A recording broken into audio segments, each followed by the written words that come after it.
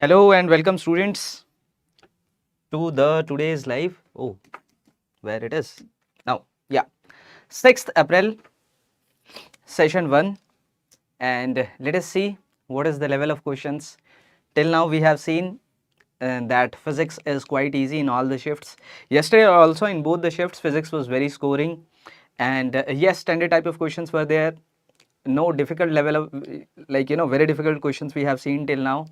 Few questions moderate, most of them very easy, straightforward, which can be solved you can say within 1 minute. This type of questions were there yesterday.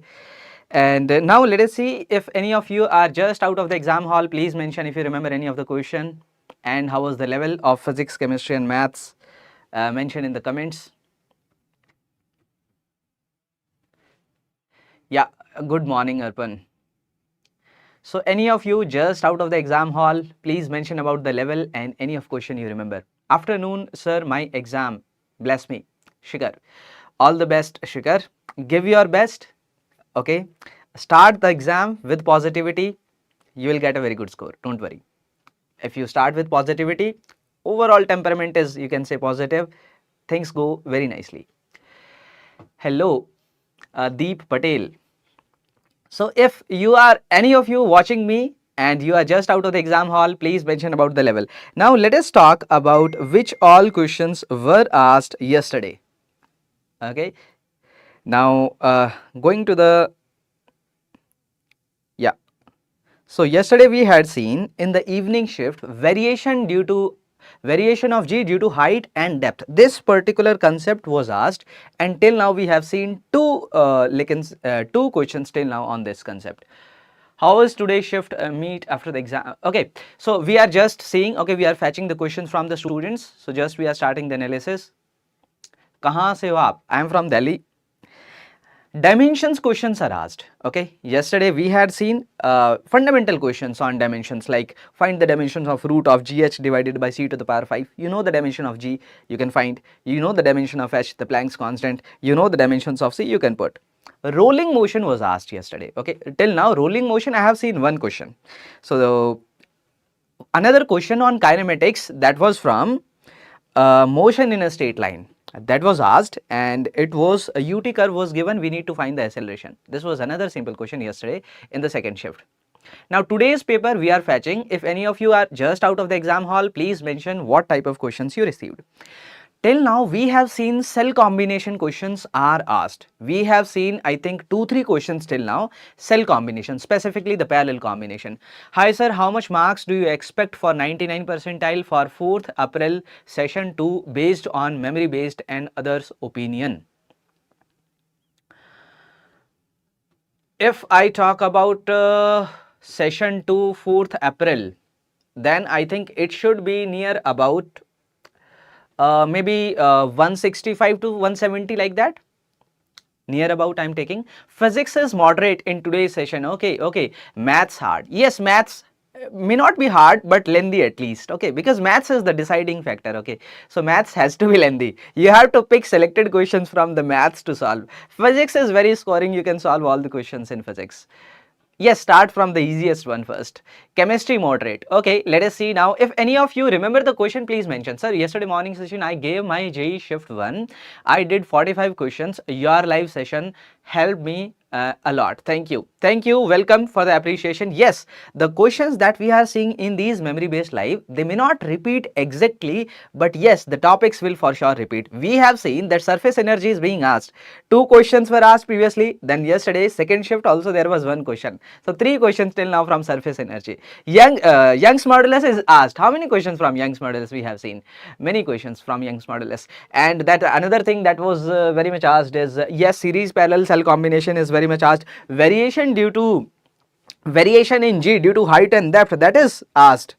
And then Faraday's law question was asked yesterday. Sir, 4S shift 1, 1112 plus marks. So what my expected percentile? Raj, we will put that analysis. Okay, so I'll not comment as of now. Thank you for your support, sir. Welcome, Rockstar. Please choose the correct answer. Easy to hard, moderate to difficult, difficult. Okay, today's exam, somebody is asking, we are fetching the questions from the students. Till now we have not received all the questions. Okay, the questions are being typed. Okay, as soon the questions will be typed, we will take them in the class, so you will get to know about the level. Till now we don't know about exact level. Sir, when discussion will start? I'll be giving today's evening shift. Can I watch? You are giving today's evening shift. I will ask you for now, take a break. Okay, have some sip of juice. Okay, let the mind cool now and go with cool head in the exam hall. Don't take so much pressure as of now. Whatever preparation you had to do, you have done now. Okay, so you may leave. Sir, what to do for revision for 8th April shift 2, and my maths is quite good for 97 to 98 percentile. Oh, that's great. So I will ask you to download all the PDFs of the memory based sessions and go through each PDF, solve each questions very nicely, understand each concept very nicely, and that will be enough as of now. Sir, today's paper moderate level. Okay, okay. So can you please mention any question if you remember from the paper? I'll ask you to mention any question if you remember. Yeah, please. Sir, what to do for revision of, okay, I mentioned that. Today's paper is of moderate level, students are mentioning. How much should I score in 8th April to cross 98 percentile? Just have an idea from the January, okay? So don't think like what will exactly happen on 8th April. It may happen that on 8th April many of the questions might be a bit lengthy or difficult, or it may happen that the 8th April shift might be easy. Who knows? But at least you knows from which topics the questions are asked. Prepare those topics nicely, give your best, leave the rest. Don't take much pressure right now, I'm telling you.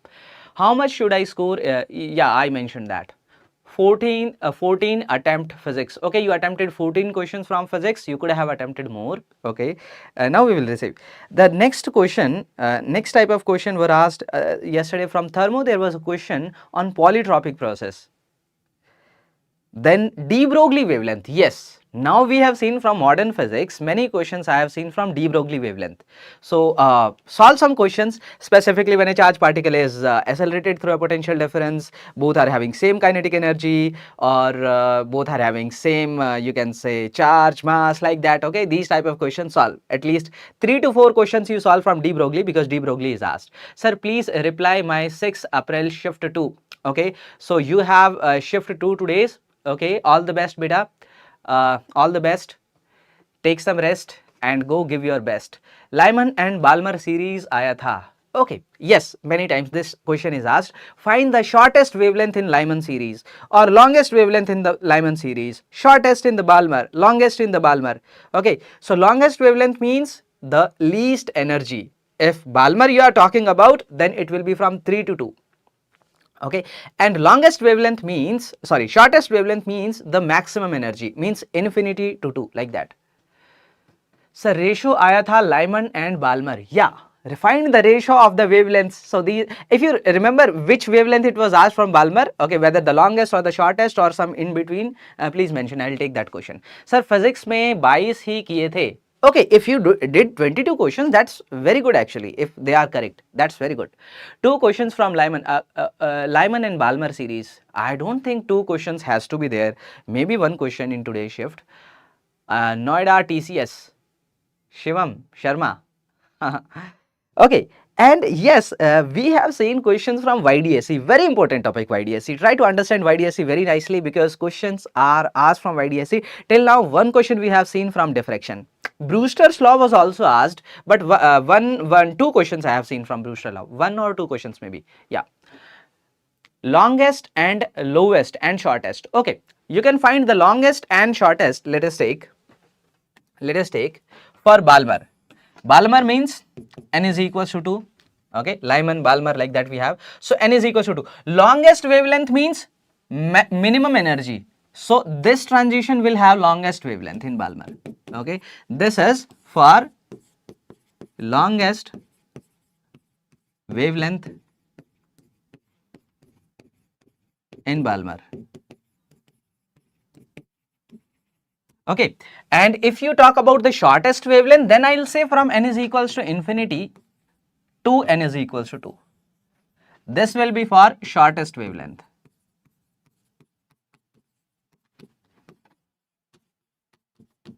How to find these wavelengths? 1 by lambda is equals to r z square. Z is generally they ask for hydrogen only.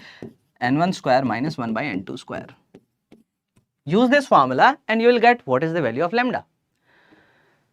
Okay, sir, COM is asked. Center of mass question was asked. Sorish is mentioning. Okay, beta. If you remember the question, please mention which question was asked from center of mass.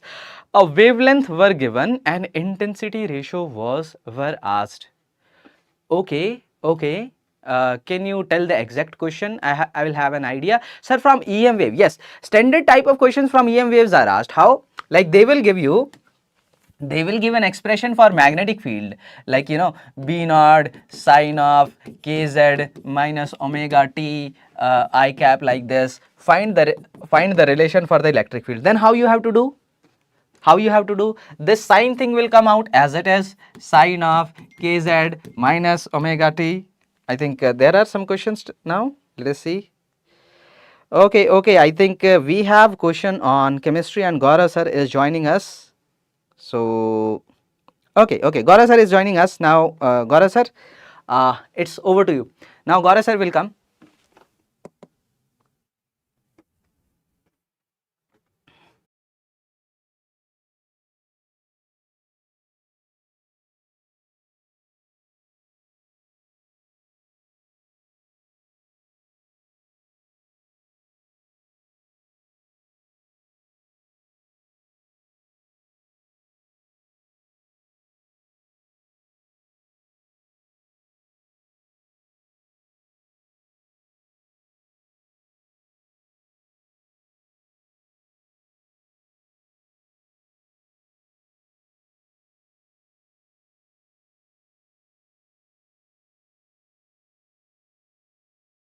Yes, I'm sorry. Now I guess I'm audible. Hello. So, guys, am I audible? Huh. Am I audible now? No voice. I got that. I got that. I am audible now, I guess. Guys. Hello. So how was your paper? Question from biomolecule. Okay. Three questions from biomolecule. Hard, sir. Okay. Math too lengthy and hard. Okay. Audible. Thank you very much, Ayush, for that confirmation.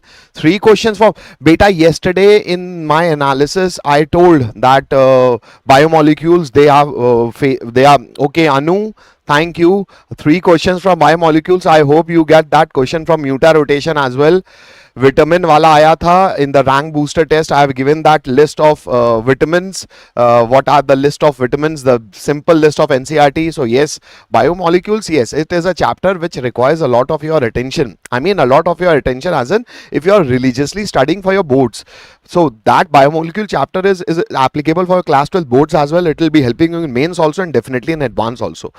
How was the beta? The questions, the number of questions, I mean, they are just getting typed, but the number of questions which I have seen, I will not say conceptually they were difficult. I guess I saw 7 questions. Biomolecules also, I didn't see 3. I mean, how will I mean you students communicate those questions to us? So, but the questions I have seen, the thermodynamic question also, it was conceptually very sound. Yes, calculation took some time. So हाँ calculative Alia yes. So most calculative toughest till how calculation I mean the two physical chemistry questions I saw, it was having calculations. Again, the inorganic side of chemistry, you have to read through the questions a lot. So Alia is saying it was calculative.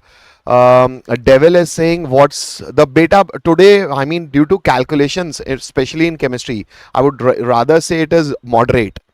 Inorganic was easy. Okay. Ramesh is saying inorganic was easy. Alia is saying most calculative. Krishna is saying, sir, session 2, any advice? Beta, complete this discussion over here. And once you do that, go to those areas where you're feeling that you are missing the concepts from your class notes. Go back to the class notes and refer those area where you are having a feeling that you're missing those concepts. Sir, decarboxy of Kolve wala आज आया था. So decarboxylation, perfect. So soda lime decarboxylation, I guess day before yesterday also, or yesterday also we had that question. So soda lime decarboxylation and electrolysis, Kolbe electrolysis. So do soda lime decarboxylation forms the corresponding alkane with one carbon less than the parent carboxylic acid. Sir, Kolbe electrolysis do what? They form a radical after decarboxylation, but reduce from the parent carboxylic acid, reduce one carbon, and whatever carbons you are getting, let's say that value is n, the alkane that you will be getting will be having 2n number of carbon in the parent, in the formed product of alkane. So good mole concept mixed with coordination chemistry. Okay, Alia, can you just put that question for us so that, I mean, although we, okay, so Deepen sir is ready. So Alia, Ramesh, Soresh, just hold on. Deepen sir is ready with chemistry question. So Deepen sir, over to you. We have received the questions. Let me just get it imported and then we'll be discussing the first question from mathematics. So here we are getting started with the mathematics section. I hope you all can see first question right there on the screen. How many of you have attempted this question? Do tell me how many of you have done this question correctly. Anyone who's willing to write the answer to this question. Some are saying, sir, any advice for 8th April shift to बहुत डर लग रहा है. Definitely fear should be there, nervousness should be there. That pushes you to do better. So enjoy that pressure. Trust me, enjoy that pressure. So yes, maths is very lengthy. That is understandable. That's the nature of the subject. Great. Apart from that, what else have you observed from the math section? Do tell me in the comments. I'll be eagerly be waiting for your responses. By the way, meanwhile you write your responses regarding maths, your opinion on maths, I am here, giving the solution to this question. Again, a very simple, straightforward, absolutely doable. That's good, Dubey. That's good, students. A lot of students have already started responding. I hope alternatively plus minus, we have done such questions a lot many times. First of all, what I'll begin with this, I'll simply use this conclusion that, sir, if I could write it as 1 cube plus 2 cube plus 3 cube until 15 cube, then sir, you're making a mistake. Which mistake? Sir, there wasn't 2 cube or 4 cube or 6 cube like that. They were actually minus 2 cube minus 4 cube, but you have added it. Okay, that's fine. But if I'm adding it, can I not say this, that double of 2 cube, then 4 cube, then 6 cube until what? Until 14 cube. If I subtract this result, will it not be balanced? Too hard maths. Okay, Ramesh, I totally get this. I am here for you. Let me try and help you with that. Coin n plus 1 minus n question of probability. Okay, that's good, Abhijit. So a lot of students are saying maths was difficult, maths was hard. Totally acceptable and understandable. From here, I hope first of all, when you talk about this question, it is always understand. Please understand. Previous 4 shifts were between easy to moderate. I'll say easy to moderate. So now, of course, they'll balance it out. So now the shifts are going to be between moderate and tough as far as maths is considered now. So here, I hope you're understanding 1 cube to 15 cube, and this is 2 cube to 14 cube because they were actually negative. So I am adding minus 2 of all of these. So it gets balanced. Everybody understanding this? So this is clearly nothing but what? But here, if I wish to balance it out, can I do something here? I hope you're understanding. If let's say I take 2 cube common. So if I take 2 cube common here, this will be minus 2 into 2 cube when taken common. It will leave you with 1 cube, then 2 cube up till when you have taken 2. 2 into 7 is 14, so it will be 7 cube. Everyone getting this? And can you help me with this? This is sum of cubes of first 15 natural numbers. That is 15 plus 1 divided by 2, n plus 1 by 2 whole square. So this needs to be squared. And there when you talk about this, I hope you're understanding. This is 2, 8. So 15 into 8, 120. So this is 120 square, which you got to calculate by yourself because 12 is 144. So 14400 minus 2 cube into 2, 8 into 2, that's 16 times. Again, sum of cubes of first 7 natural numbers. That is given by 7. 7 plus 1 divided by 2, n plus 1 divided by 2 whole square. Everybody getting that? And that gives you 4. So 7 into 4 is 28. 28 square is needed to be done. So I'm leaving it up to you that you do the calculation. You do the calculation and tell me what is the answer. You have the access to the calculator. Do tell me what is going to be the answer. 16 into 7 into 4. Correct me if I'm wrong. 28. So 28 square is needed to be done. And that should be multiplied with 16. And when you subtract it from 1400, your answer will be there. Predict, please. I can definitely predict, but we are not.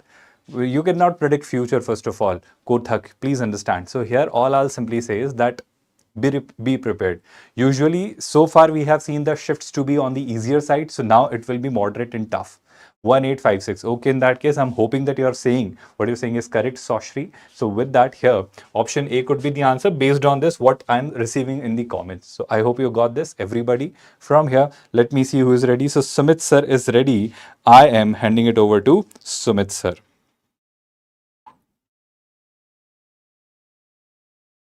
Okay, great, great. 1856. That's brilliant.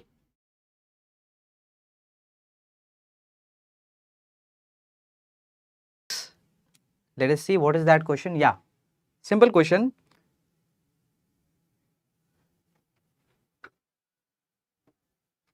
Am I audible?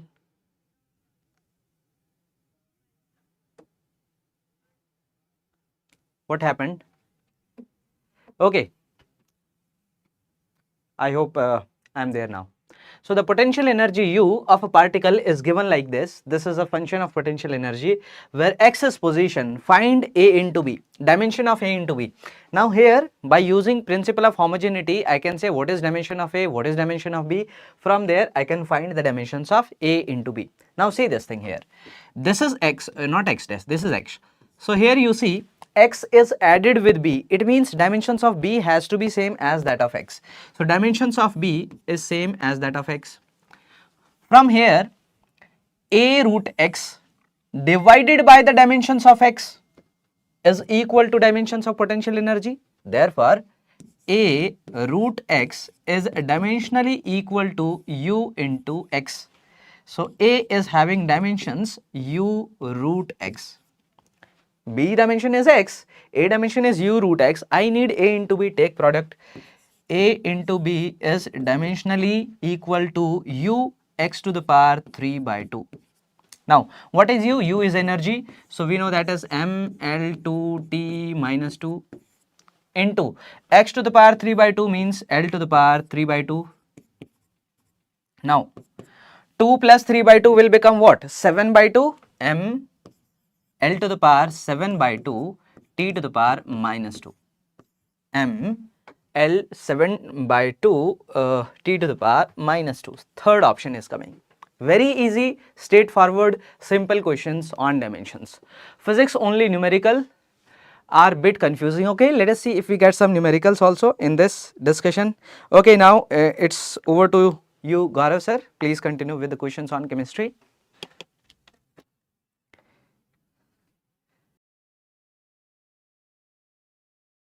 Option C sir nuclei से question आया था numerical okay Abhijit so Abhijit how was your paper and here I am back Dubey option okay Dubey is also answering today very good so I have this one question a very rather doable question from chemistry including sir kinetics ka numerical beta Abhijit how was it I mean first order second order or zero order. I hope that will be first order kinetics. Chalo. Let us do this simple question from stoichiometry from mole concept. The question says you are having this phenol. How much of this phenol, sir? 4.7 grams. On reduction, sir, zinc will remove the oxygen in form of zinc oxide and will reduce and form this benzene. Although the hydrocarbon basics you know, but even if you do not know this, you will be quite easily checking the POAC, that is principle of atom conservation, that 1 mole is giving 1 mole. Obviously byproduct will be zinc oxide, but not even required because stoichiometry is given. So how many number of moles I have over here? So number of moles will equal to given weight upon molecular mass. Now this molecular mass is C6H6 is already there because hydrogen from here has been replaced by here plus 16. So this is just 4 and 7, 8, 9. So this is 94. So I guess this is approximately double or exactly double only. So 1 gives 1, so n gives n. But the question is saying the efficiency is not 100%, rather it is 60%. So what amount of product you will be obtaining, beta? Sir, 60% as in 0.6 times. But are you asked moles? Yes, we are asked moles. So number of moles formed will be n, which is 1 by 20 into 6 by or maybe 0.6. So this is clearly 0.06 divided by 2 as in 0.03. Easy peasy answer. One order sucrose wala tha. See, first order, second order kinetics and Arrhenius equation, they always ask from chemical kinetics. So Deepen sir is ready with next maths question. So ending from my side, Deepen sir, over to you. All right, students, here we are with the another question from mathematics. A question from, again, integration, definite integration based question it is, and again doable, absolutely doable. What you need to understand here is that if you know the basics, if you know the King's property, you can solve it very quickly, very easily. All I'll say is let's call it I. So if it is I, I'll be calling it from minus pi by 2 pi by 4. 32 can be taken outside, so it will be from minus pi by 2 to pi by 4. Everyone comfortable with this? So what I'll do here is minus pi by 4 plus pi by 4 minus x. So that's 0 minus x. So that is, I hope you're understanding. Here, this is d theta over here. So this is d theta. Instead of x, this is theta. So with that, I hope you're understanding this will be cos minus theta. Cos is even power is 4. So that will remain cos to the power 4 theta only. But here, this will become e to the power minus sine theta. That becomes what? E to the power sine theta plus 1, and that e to the power sine theta gets multiplied to the numerator. So when I add this I with this I, because this here is also your I, so I and I when added give you 2I on the left hand side, and here 32 is taken common. The limit is from minus pi by 4 to pi by 4. Everyone understanding this comfortably, all the participants. Now what I have is, I hope you clearly see, this and this, the denominator are same, LCM will be there, and with that, I'll definitely do or discuss that question, but let me receive that question first. Definitely, that's great, Abhijit.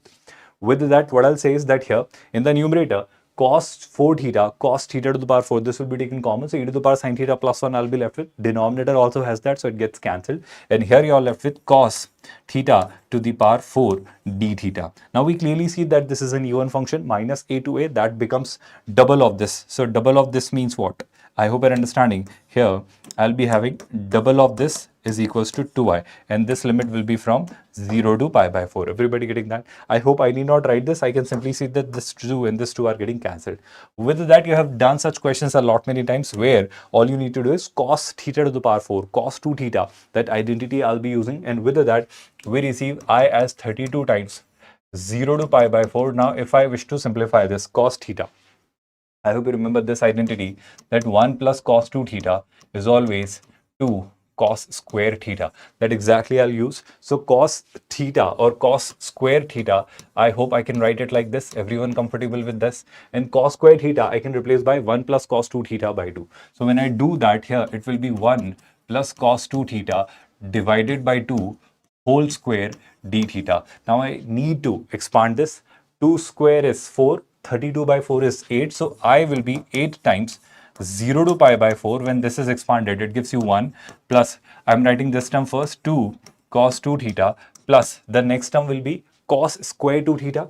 The next term will be cos square 2 theta. Now again, if I wish to use the same identity here, cos square 2 theta. So I hope you're understanding that will be 1 plus, I hope you're understanding, cos 4 theta divided by 2. I hope no confusion on that. So shall I write it here? I'm writing it here 1 plus, I hope you're understanding, cos 4 theta, but divided by 2 is also needed to be done. So I'm dividing it by 2 here. I'm dividing it by 2 here, d theta. Now from here, I hope it is absolutely doable, because what you need to do is 1 plus 1 by 2, 3 by 2. Cos 2 theta is clearly sine 2 theta by 2. So this 2 gets cancelled. Cos 4 theta will be sine 4 theta by 4. So by 4 into 2, that's 8. Integration is done. You put the limit pi by 4 to 0, and then you will finally get the answer. Will you do that by yourself? Everybody understanding that? And when you do it, when you finally solve it, I think possibly you will get option A as the correct answer. Everybody understood that? Can we bring more questions here? Now let me invite either Sumit sir or Gaurav sir, whoever is ready. I will be inviting them so that they join and they take care of the remaining questions. So okay. So I'm ending it now. Questions in physics. This is a question on series RLC circuit, and let us read it. It's a standard question. What is there asked in this? An AC series circuit, a supply voltage is given as 100 volts. Okay, R is given to us 80 ohm, XL is given as 80 ohm, and source frequency is given to us as 50 ohm. Live पे click करो, live पे click करो. Find the power factor. Now how to find the power factor? First of all, is there any issue with the live? Okay, how to find the power factor? First of all, make the impedance triangle. Okay, make the impedance triangle like this. Here XC minus XL, here we have R, this angle is our phi, and power factor is basically equal to cos phi. In this, the capacitor is not there, so instead of XC minus XL, we will just have XL. Okay, so what is XL? XL is 80. What is R? R is 80 ohm. Now I will say that 10 phi will be equal to 80 by 80. That is equal to 1. What is cos phi then? Cos phi will be 1 by root 2. 45-degree angle is there, na? Cos phi is 1 by root 2. Easiest of the questions. Yes. Power factor, I think this is second question I am seeing on power factor. Simply you have to draw the impedance triangle and find cos phi. Next, an object is placed in air and is equals to 1 at a distance 4r from a spherical refracting surface that separates air from a medium of refractive index 1.4. The surface has a radius of curvature r which with its center lying in the second medium. Means it is like this. Here the center is lying in the second medium. The radius of curvature here is r. The object is placed here at a distance of 4r. At a distance of 4r, we need magnification. Now, what is the formula for magnification for spherical refraction? Means refraction on curved surface. We write magnification as V divided by mu2 divided by U divided by mu1. This is how we write. What is mu2? Mu2 is 1.4. So, this will be V divided by 1.4 into U divided by mu1 is 1. So, this is V divided by 1.4 into mu. 1.4 into U, not mu, U. So, here I need what is V, what is U. U I already know, that is equal to 4R minus 4R. I need V. So, let us use the formula on refraction on spherical surface. What is that formula? Mu2 by V minus mu1 by U is equals to mu2 minus mu1 divided by R. Now apply this. Mu2 is 1.4. So 1.4 divided by V, we have to find V, minus mu1 is 1 divided by U is minus 4R is equal to mu2 minus mu1. 1.4 minus 1 divided by the radius of curvature.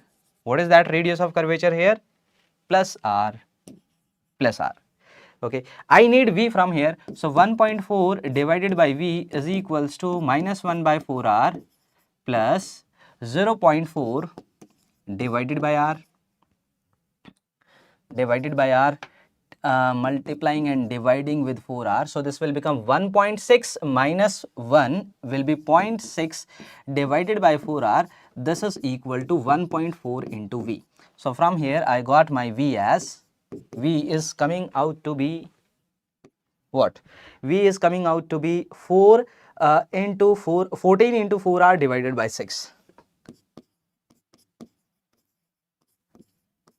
Okay, now put it here in the magnification formula. 14 into 4R divided by 6, okay, into 1.4 into U. What was U? U is minus 4R. So minus 4R. Anyways, they need the magnitude only. So don't worry about the sign here. R, why it is happening like this? This R are getting cancelled. 1.4 into 10. This 4 is getting cancelled. So this comes out to be 5 divided by 3 in magnitude. A negative sign is also there, but magnitude comes out to be 5 divided by 3, which is first option. Sir, here can we find V normally using formula and then directly do V by U? No beta. You cannot do V by U because this is not a lens. For lens we write magnification and V by U. For spherical surface you have to use this formula for magnification. This is V divided by mu2 divided by U divided by mu1. Instead of V by U, you have to here put mu2 and mu1 also in the formula. Remember this formula. This is the second question on you can say refraction from the spherical surface. So understand this formula very nicely. Previous question was wrong, value was also there, or somebody is saying that in this question the C value was also given. I don't know beta, might be like that. So if C value was also there, we will consider C value and then accordingly we will find cos phi and tan phi. But you got the concept, that is well and fine. Now yes, I mentioned that. So now let us take some questions on chemistry with Gaurav sir. So Gaurav sir, it's over to you.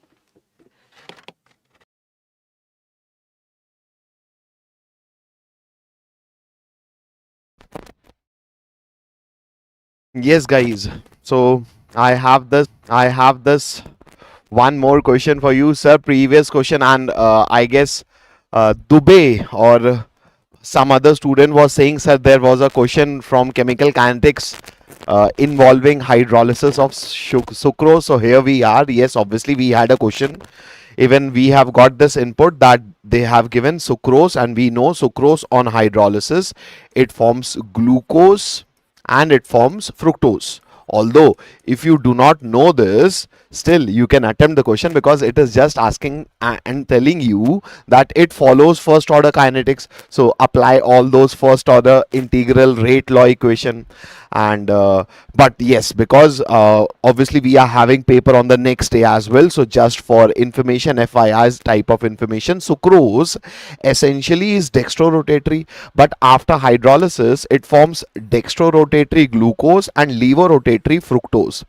Because the magnitude of lever rotation of fructose is high, therefore the after hydrolysis the product becomes an having optical activity which is opposite.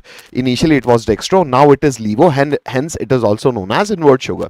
Now because it follows first order kinetics, so what formula, what integral raw it will follow? It will follow Kt equals ln of initial concentration upon concentration of sucrose left at time t.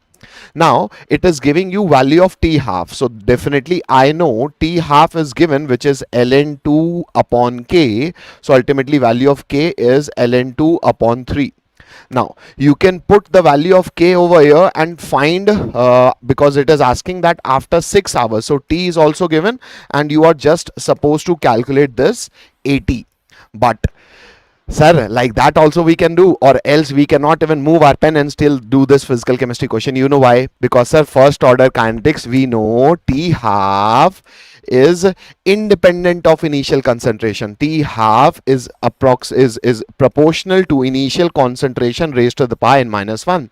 And for a first order reaction, T half is not even dependent upon initial concentration. That means T half is a constant. So if I have taken 100% after one half life, that is after 3 hours, 50 of the 50 gone, so how much remaining? 50. And after another half life, half of this will be gone. So after another half life, that is after another 3 hours, more 50% of 50 will be gone, so 25 gone. So how much left? 25. So ultimately what is the total time? Sir, 6 hours. So after 6 hours, how much you are left with? 25%. So obviously your answer will be 25. But yes, you can obviously calculate this using formula as well. The value of k is ln2 by 3, t will be 6 hours, ln of a naught you will find 80. Whatever 80 you will be coming, it will be definitely telling you that whatever amount is left is 25. कोई बताओ please. Chemistry easy beta. I guess the questions which we have seen till now, I mean I've just discussed two. There is one question, it is just getting type from vitamins also. Okay, so but Deepen sir is ready, so I'm ending from my end. Deepen sir, over to you.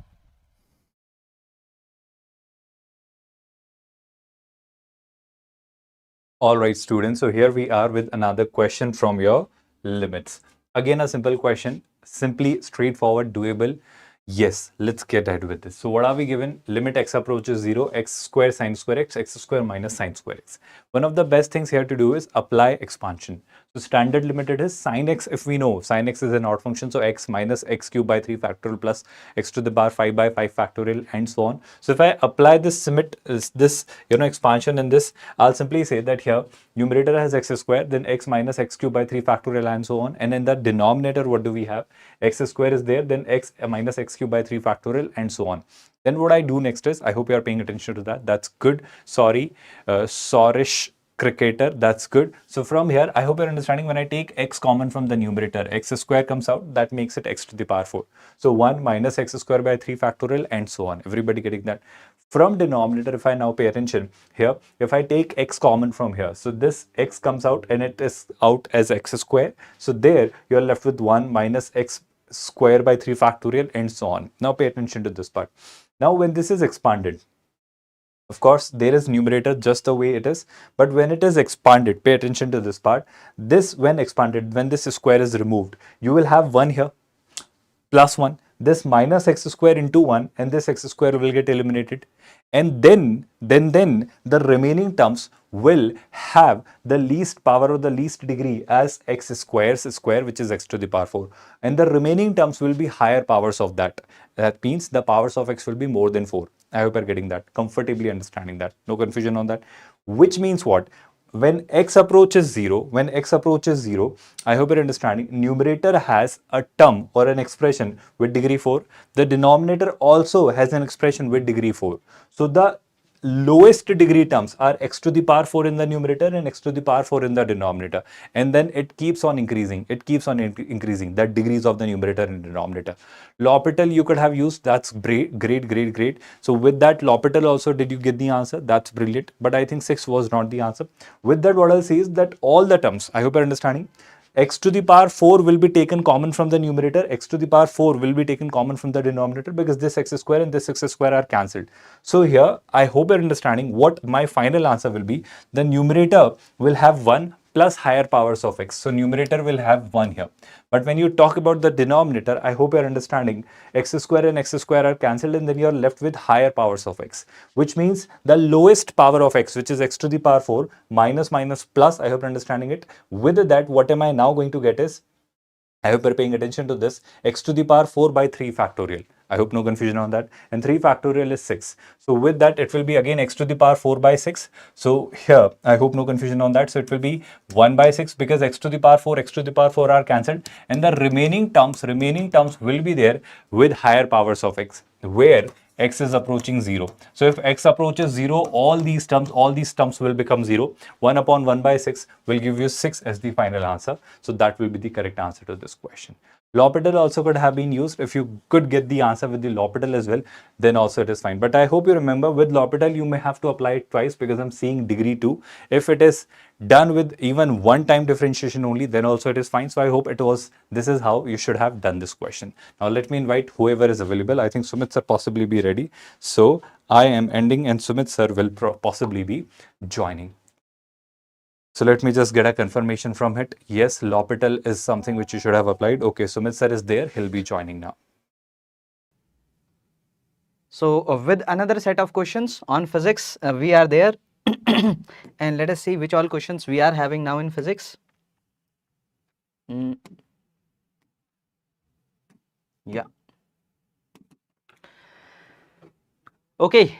Overall difficulty level, please. Till now in physics, you can say one question that was a refraction on the curved surface. We call that to be moderate, because many of the students don't know the formula for magnification there. Otherwise, other question were easy. Now you can see another set of questions. This AC question we had done. Now we need to do this simple question on vertical circular motion. Let us read it. A block of mass m is released from height h on a smooth plane. It will go like this. If normal force on top of the circular part is 3 mg, find h. When this mass will come here this is my normal, downward force is mg. So I will say normal plus mg is equal to mv square divided by r. This is how we'll write. Now normal is given as 3 mg. Put it.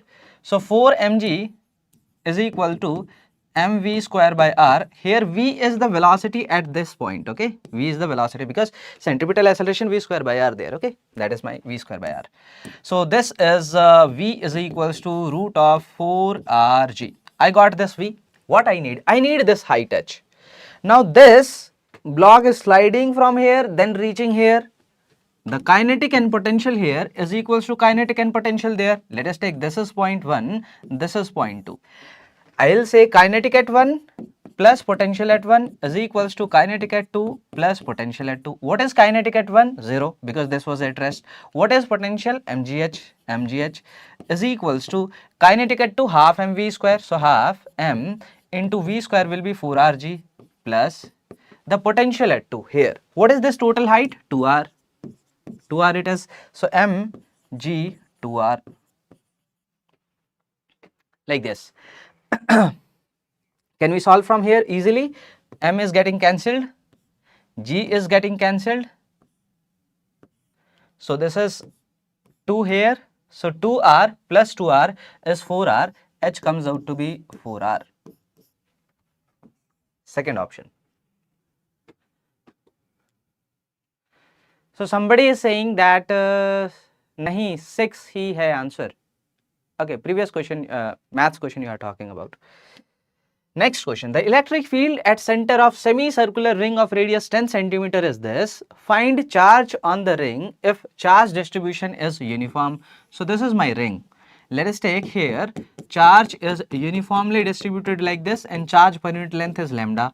What is the electric field here? Do you remember that formula? 2k lambda by r. So here electric field is 2k lambda by r. Remember it nicely. This electric field is same as electric field due to an infinite wire at a distance r. So remember it. This formula and this formula are actually the same. Where I went? What is happening? Okay.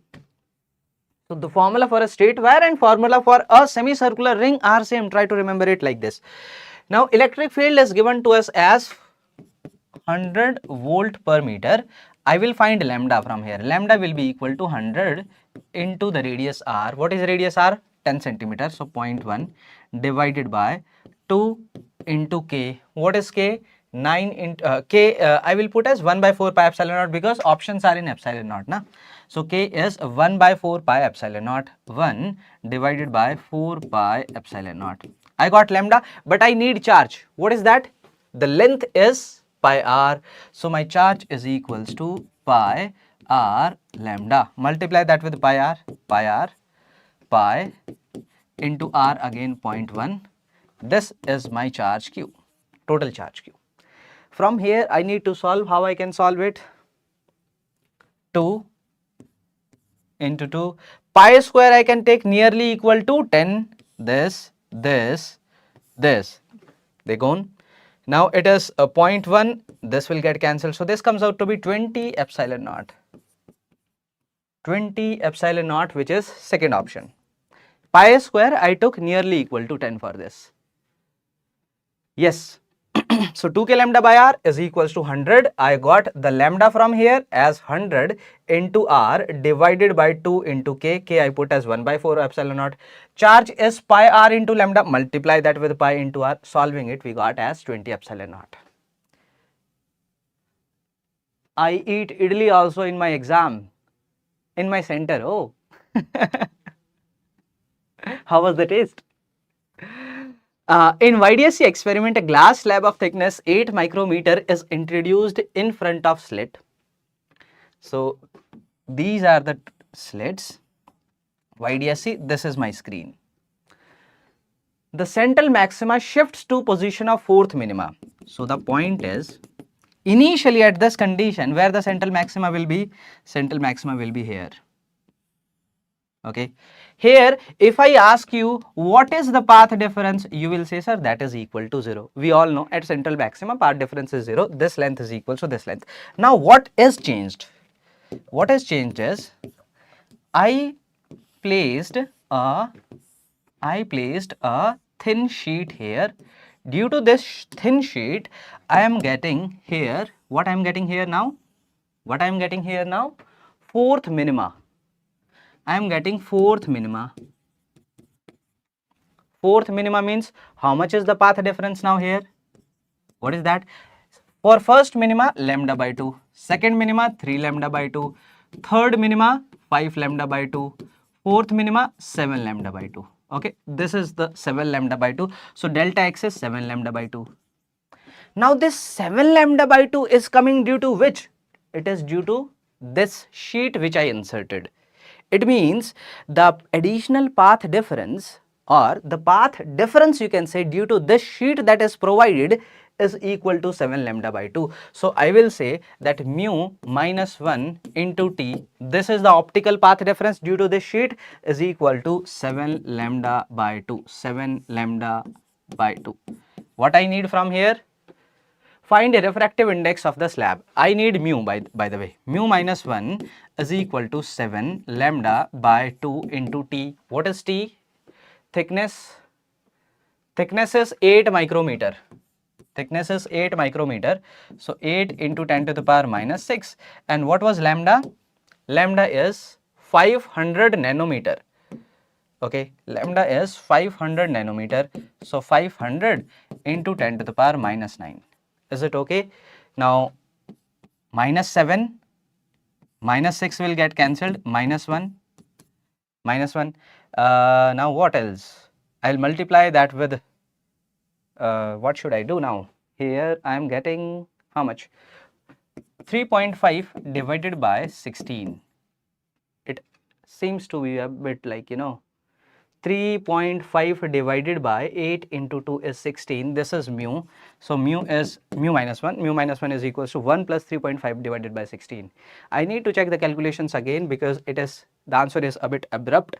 7 lambda by 2, 7 lambda by 2, 7 into lambda is 500 into 10 to the power minus 9 divided by 2 into T. T is 8 micrometer, 10 to the power minus 6. So here it will become 10 to the power minus 7, minus 6, minus 6, minus 1 will remain in the numerator. So 3.5, 35, 3.5 divided by 16.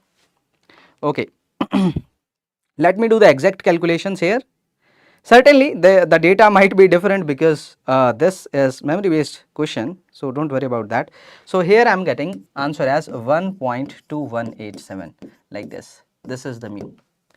In the actual question, the data might be slightly different so that we get a numerical value. Okay, so don't worry about that. Hope question like this come in second shift also. You will get like this questions only. Okay, the thing is you have to understand concept from here. So don't say, sir, it's not coming an integer. I understand it's not coming an integer because this data is memory based. So something can be here and there. So don't worry about that. Okay guys, now we will have questions on chemistry. I'm not able to solve all the questions known, sir. Only 25 attempted, overall too lengthy. Okay. Now Gaurav sir is there with us with the questions on chemistry. So Gaurav sir, it's over to you.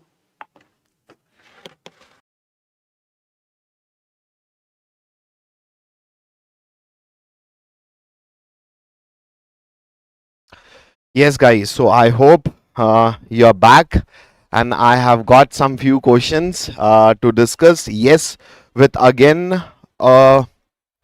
advice of please go through the lives that we are having, because we are observing this, that because your examination, as the examinations are getting, I mean, we just have, today is I guess 6th, okay, so we just have 1 day left, but at least we have 1 day left, and in that 1 day NTA is going to be the same predictability that it is having. It will be bearing that predictability again and again better, because I remember in my rank booster mocks as well, the bio essential and non-essential amino acids, we have a question in that also.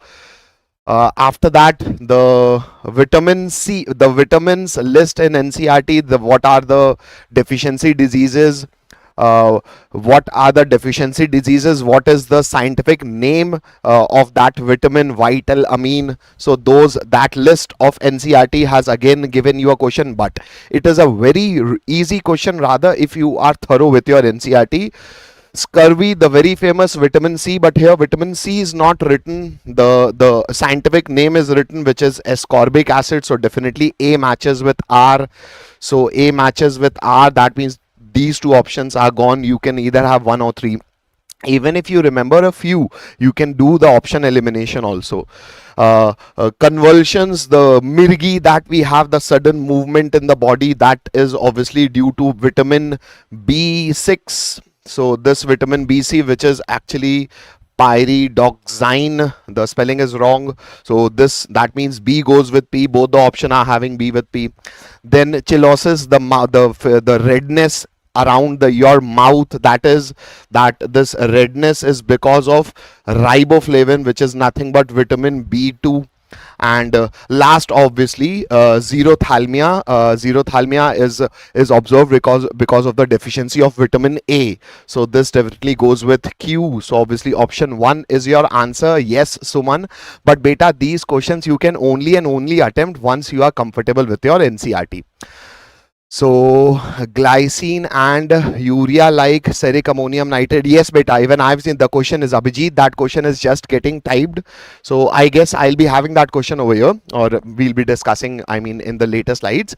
The next question, again a GOC basic, which says you have to compare the boiling points, or rather how shall you compare the boiling point?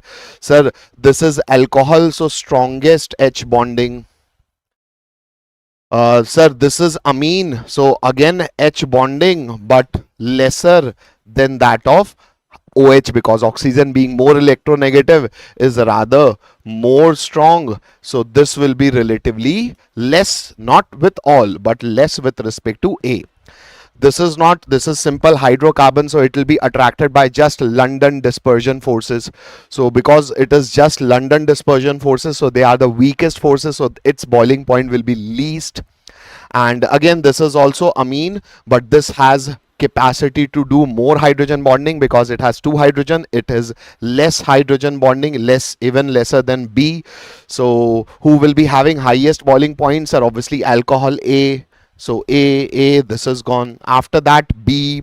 So everybody is saying B. After that, Delhi. So option 2 go, and alkane will have the least boiling point. A basic question which you do with your class 12 basics as well. So perfect, Krishna, option 2. Moving to the next question, which says question, I mean a basic question from the table, but yes, for that, you, for this question you have to be a bit calculative. So for few those who have not seen this question, although this is a question from NCRT exercise mole concept, first chapter is having this question. What is the question saying? That's, it is saying that a compound is containing iron and rest is oxygen. So let us approximate 69.9 is 70%, that means 70% iron and 30%, that is remainder is oxygen. So first what you do, how is it tough? Suman, that is only tough those people who are not comfortable with their NCRT. So sir, 70% and 30%, then what you find the mole ratio. So 70 upon molecular mass of iron, which is 54, 56, then this is 30 upon 16. After this you calculate the ratio. So let us do this calculation. Yes, you have to be very religious with the calculation, beta. So just do the calculation over here. So if I do, this is somewhere around 70 divided by, this is 1.25. Take it 56 because this will be rather 1.25. And 30 divided by 16 is 1.875. Then what you do, you take the simple ratio. Mostly in this case only you get the integer, but not always, like in this case, which is the smaller number. This is, so 1.25 divided by 1.25 is definitely 1, but 1.875 divided by 1.25, you can't say 1 also, you can't say 2 also, even after approximating. So here we are getting 1.5. Just do this. Now, because this is 1.5, so after this, most of the time you get integer in simple ratio side only. But if not, then you have to move one step ahead and do the whole number ratio, because ultimately the simplest formula that you are going to obtain should have the same integer. I mean, so only have the integers. So this is 1, while this is 15 by 10, that is 3 is to 2. So what shall I multiply? So definitely it will be 2 and 2, because 1 into 2 will give you 2 and 3 by 2 into 2 will give you 3. So these are my integers. So your answer will be Fe2O3 will be the simplest formula. Fe2O3 will be the simplest formula. Option 2 is correct. NCRT question. Yes, boy. So, but yes, if you have not seen this question, then maybe it will be a time consuming one, because you have to do the calculation. Moving to the next question, a simple question from again GOC. Yes, beta, a direct question from NCRT. So again a GOC question. Now this and this are metamers. Yes, ketone is a bivalent functional group, and if nature of alkyl group changes, then it will definitely form a metamer. But for that, for two compounds to be called as an isomer, they should have same molecular formula. Sir, let us count number of carbons. So 1 2 3 4 5 6 7 8 9. That means total it is having 9 carbon. I'm not even counting hydrogens, because this is 1 2 3 4 and the 6 in the cyclic chain. So this is actually 10 carbon molecular formula. So because molecular formula is also not same, so we can't say they are isomers. The statement 2 says that this will show tautomerism. Yes sir, any keto form can show tautomerism and form the enol form, which is less stable. But for that, the tautomer, the ketonic group, whatever carbon you have at the alpha position, it should minimum have one hydrogen, because this hydrogen will be ultimately moving to the carbonyl oxygen and forming that enol form. This definitely has a carbonyl group. This definitely has an sp3 hybridized alpha carbon, but all those alpha carbon are methylated. So there is absence of alpha hydrogen, and because of absence of this alpha hydrogen, this poor guy can't show tautomerism. So both the statements are false, and hence your answer will be definitely option 4. Moving to the next. Okay, so these are the questions I was having from chemistry. Let me see who is next. Okay, so Deepen sir is ready with mathematics. All right, so here we are with the math section. I hope I'm clearly visible and audible. Let's get started with the questions which I have received. Here we are. Let me just begin with this part. I think this is where we have left. So let's get started with this question. I hope it is visible to all the participants on the screen. Now, how do we begin with this? A simple question, a straightforward question. I hope most of you must have attempted it. Let me see. Yes, before this, we have done all the questions. Again, and this category of question we have done previously as well. In one of the shifts which was there in this attempt only, there was a question based on the same kind of a data. I hope you do remember that. So here, x1 to x25, 25 observations, xi plus 5, xi plus 5 whole square summation is given, and xi minus 5 whole square, that summation is also given. So I hope you're understanding. This summation if I expand, I hope you're understanding. Summation xi square plus 5 square plus 2 into 5 into xi. That will be summation xi square, summation of 25, which is 25 added 10 times, and then summation of 2 into 5 into xi, that is 10 xi. That's brilliant, students. That's great. Now with that, this is given as 2500. Similarly, this one, I hope summation xi square plus summation 25 plus minus summation 10 into xi. Everyone comfortable with that? Now don't solve this. I mean, don't simplify these. Rather, what you should do is see what I need is then the ratio of mean and standard deviation. So for mean, I need summation xi. For a standard deviation, I need summation xi square. So they are simply two equations in two variables. So if there are two equations in two variables, I can simply solve them. When I add both of these equations, I hope you are clearly noticing that this and this are cancelled, and you get the value of summation xi square, and stay there.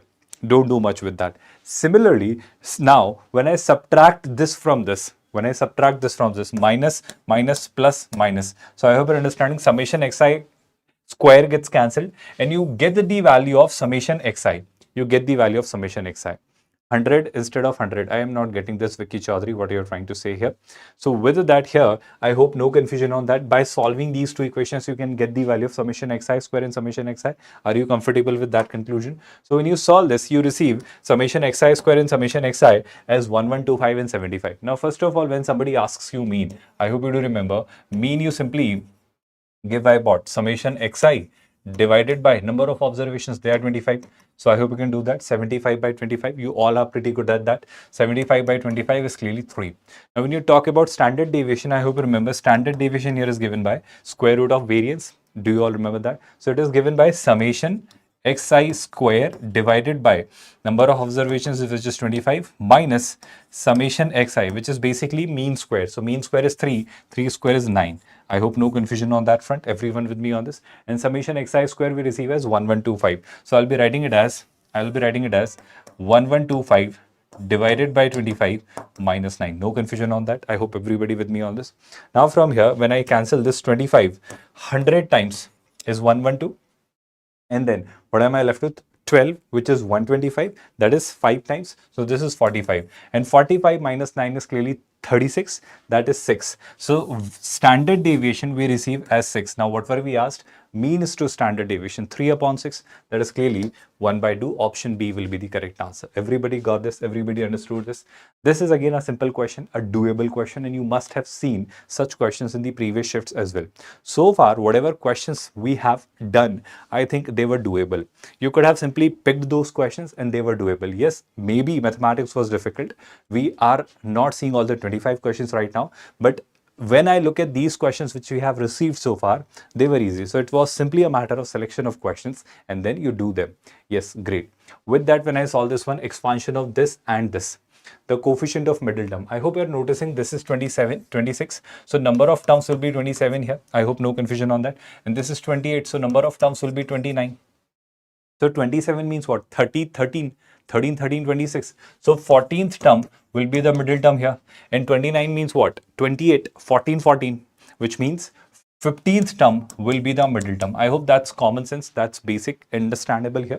Now, with that, when I go ahead with this, what I see is, I hope you're understanding that here, I am going to find the 14th term, which will be the middle term, and here the 15th term, which will be the middle term. And the coefficient is same. Great. So 14th term of this expression will be 26C13 alpha x to the power 13, but coefficient of x is there. So this will be okay. Sir, in the exam, in this question, options are different. Okay, maybe, but how can you have options are different if the data is same? So maybe the data was different.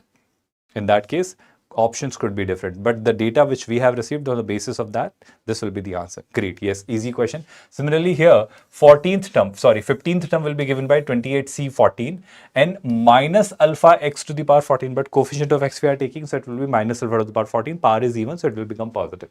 So from here, alpha to the power 13 leaves you with alpha here, and alpha will be 26 upon 28C 14, and I hope you know how to simplify this. You know that. So with that, after simplification, you'll get the final answer as 7 by 27. Shall I do that calculation or can I skip that? I hope it's understandable. From here, when we solve the next question, again an easy one, and exactly this kind of question we have seen previously as well. In these shifts only, when we are doing the analysis, this category of question has appeared. What does it say? These are some n terms of an AP. Sum of first terms is 160. Gn terms are there. G1 plus G2 is 8. First term of AP is equal to the common ratio of GP. So if first term of AP is A1, that is equal to the common ratio of GP. And the second data they are giving you is that the first term of GP, that is G1, is equal to the common difference of AP, that is D. So G1 is equals to D. That data we have. Brilliant. With that, if I could begin with this conclusion in mind, I hope there is no confusion on whatever I have told you, that first term of AP is common ratio and first term of GP is common difference. Now, sum of first 10 terms of this AP is 160. So 160 is 10 by 2. 2a. 2a is what? 2 into r plus n minus 1, which is 9d. Comfortable with this? So I'm getting an equation in R and D from here. Second thing, G1 plus G2 is said to be 8, which means G1 is your first term, which is D. I hope you remember that. And second term will be D into R, common ratio. So that will be dr. So G1 plus G2 is 8. If I take D common, 1 plus R is 8. So D goes there. 8 by D minus 1 is R. This value of R I push here. I hope you're comfortable with that. So when I do so, I hope you're understanding 160 upon 5. And then when I simplify this, this becomes 32 is equals to 16 by D minus 2 plus 9D. I have done that part. Meanwhile, when Sumit sir and Gaurav sir were taking their part. So there, when you simplify this, when I multiply this both these sides by D, I get this, which when simplified gives you this quadratic in D. Now, when I get a quadratic in D, what were we asked? We were asked sum of all possible values of G1. G1 was D, which means D1 plus D2. And that is sum of the roots, 34 by 9. Option 1 will be your correct answer to this question. Everybody understood that? Can I move ahead from here, all the participants? With that, let me now invite either Sumit sir or Gaurav sir, and then we'll move ahead with our discussion in the next lab. So let me just write whoever is available so that they join and I end. So let me just get a confirmation from Sumit sir. Once he confirms, I'll be handing it over to him. Okay, so he'll be joining now. I am moving out. Welcome students with physics. Another simple question. Let us read it. A point charge. The charge is given to us that Q is equals to 3 coulomb is placed at point this and taken to point B. Okay, it was placed at A, now taken to point B in electric field. This is the value of the electric field. The work done by the electric field is. What is work done by any force, if I ask you? Work done is equal to integration of F dot dr. This is how you will say. So here it is electric field force. So electric field force due to electric field will be E into Q, isn't it? E into Q dot dr. Here everything is given in I cap, j cap, k cap terms. So I'll put dr as dx I cap, dy j cap, dz k cap. So we will write it like this, integration of, let us put E as 2x I cap. Okay, it is given like this, 3y square j cap, 4k cap. This is my E. Q is 3 coulomb. I am taking that out, 3.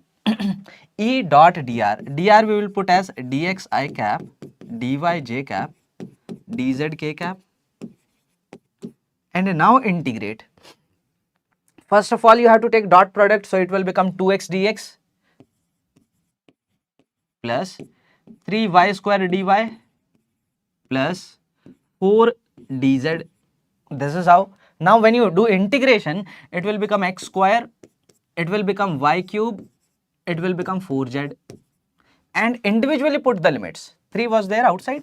Okay, now individually put the limits. X changes from x changes from 0 to 2, 0 to 2. Y changes from minus 2 to 1, minus 2 to 1. Z changes from minus 5 to 3, so minus 5 to 3. Like this.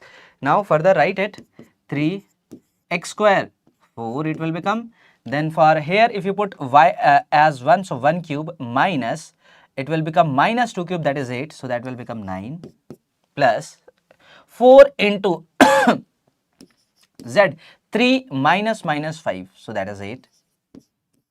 Now it is 3 into, this is 32 and this is 13, yeah, 13 and 32. What it is?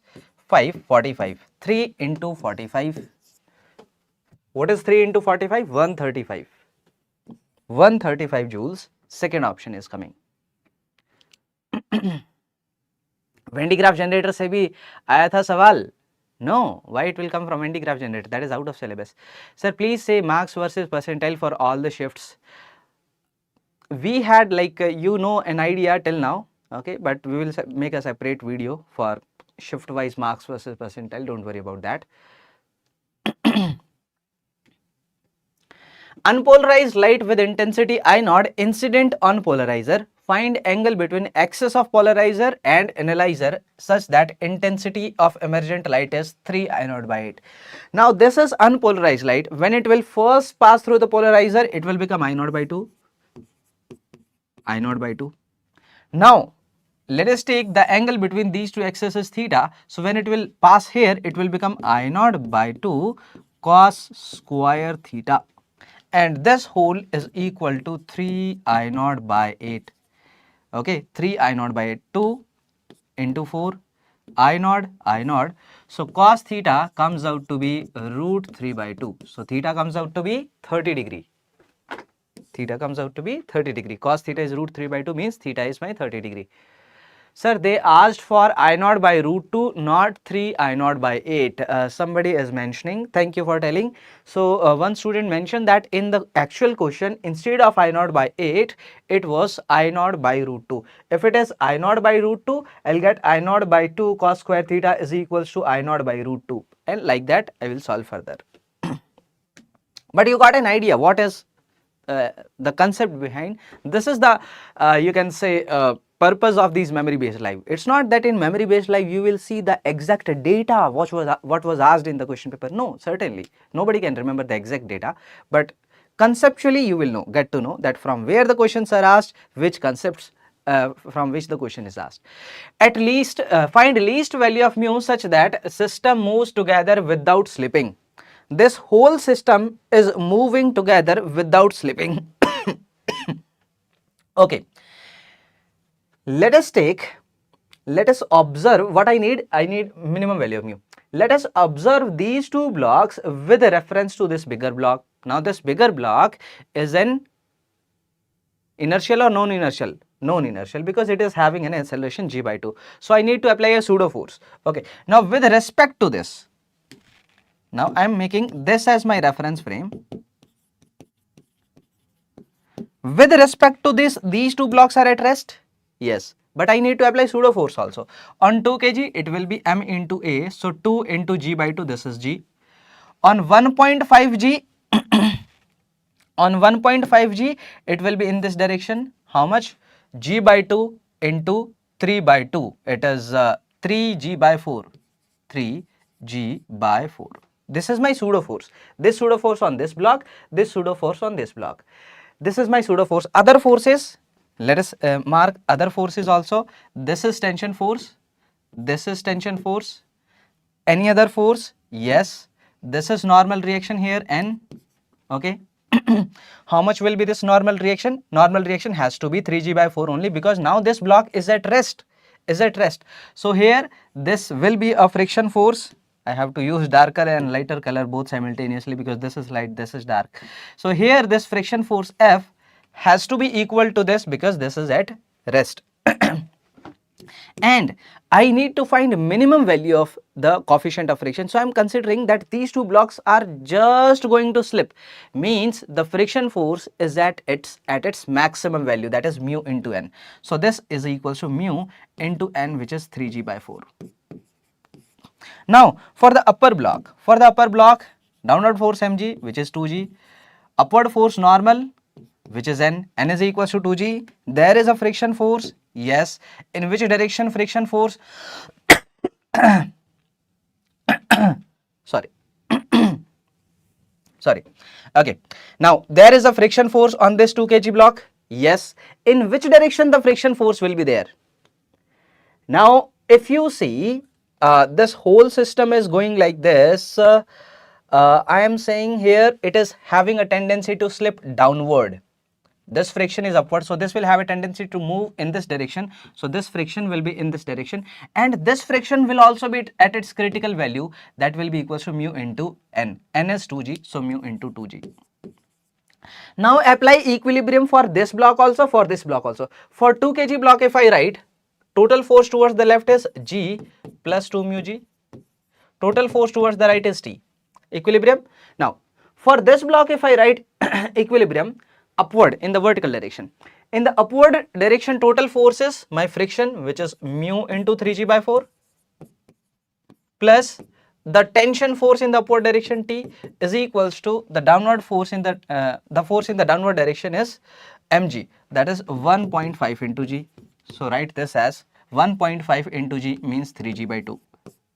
Okay, from the upper equation put t in the lower equation, so mu into 3g by 4 plus g plus 2 mu g, this is my t, this is equals to 3g by 2. Now this g is getting cancelled, This 1 will go, this will become 1 by 2 then. 1 by 2 here it will become what else? This is 3 by 4 plus 2. What is that? 8 plus 3, 11. 11 mu g divided by 4. 11 mu g divided by 4. This comes out to be 1 by 2. 2 into 2. So mu comes out to be, g was also getting cancelled. Nah, sorry. G was also getting cancelled. This g will not be there. This g should not be there. Now it is fine. Okay. This mu comes out to be 2 divided by 11.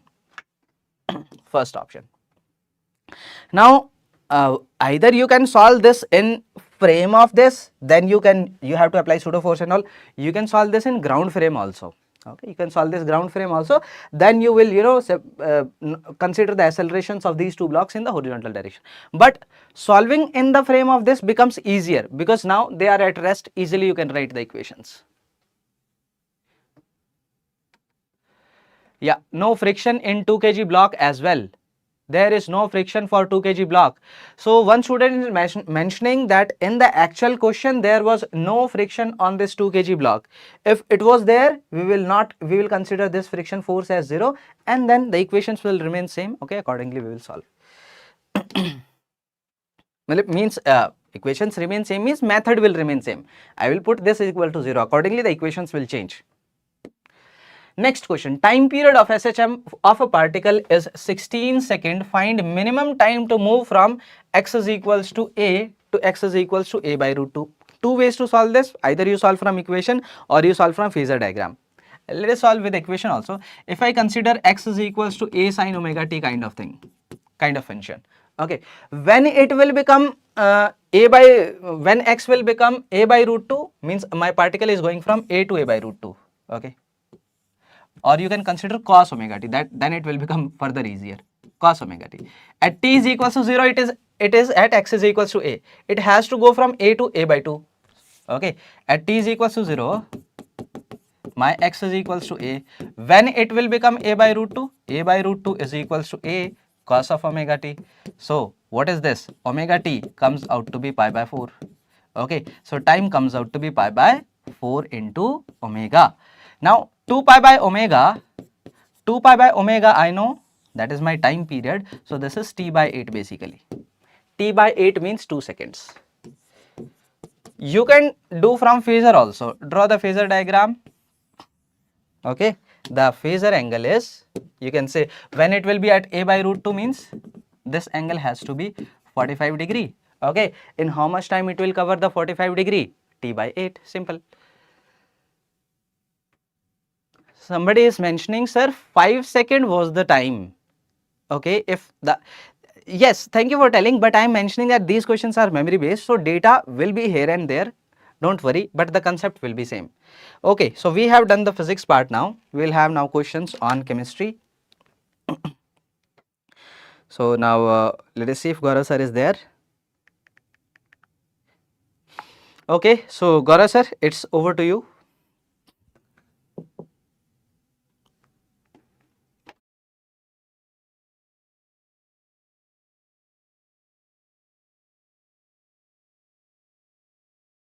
Yes, guys. So I have few questions for you from chemistry. So welcome back, sir. What time? Okay, so Abhijit. Acha, so once I was gone, I have seen few comments from students. Sir, wrong question, beta. We are not here to give you the cheating of the paper. I mean, these questions are memory based. We are not even suggesting that they are the actual JEE paper. They are memory based questions. And why we are offering these memory based questions? Just because of the fact that if you also give your paper, you come out of the examination hall, will you be able to remember all the 75 questions? No. But will you be able to recollect that whatever the other topics and what were the approximate questions from what the questions were framed? Yes. So this is what we are doing, and what is our intention after doing this, that you should be getting some familiarity with the concept and the topics from which around which the questions are framed. So that's why we are also intentionally, Sumit sir, Deepen sir, I am intentionally are trying to not you just give you answer. We are trying to give you the concept around it, so that if you have already read it, then this will be a revision for you, and if not, then you can go back to the particular section from which revision is required. Okay. So Abhijit is saying, sir, aluminium and thallium trend. So group 16. Nahi, beta. No, sorry. I'm just suggesting because yes, to many students it comes to their mind, sir. We are not coming with the cheat code of this is the paper. This is not the paper. This is the memory based conclusion of students. So chalo. So group 13, Abhijit. That group 13 periodicity is very very famous. So please do that now. Let us discuss some of the questions that we discussed. The first question says go through some question which we have to discuss.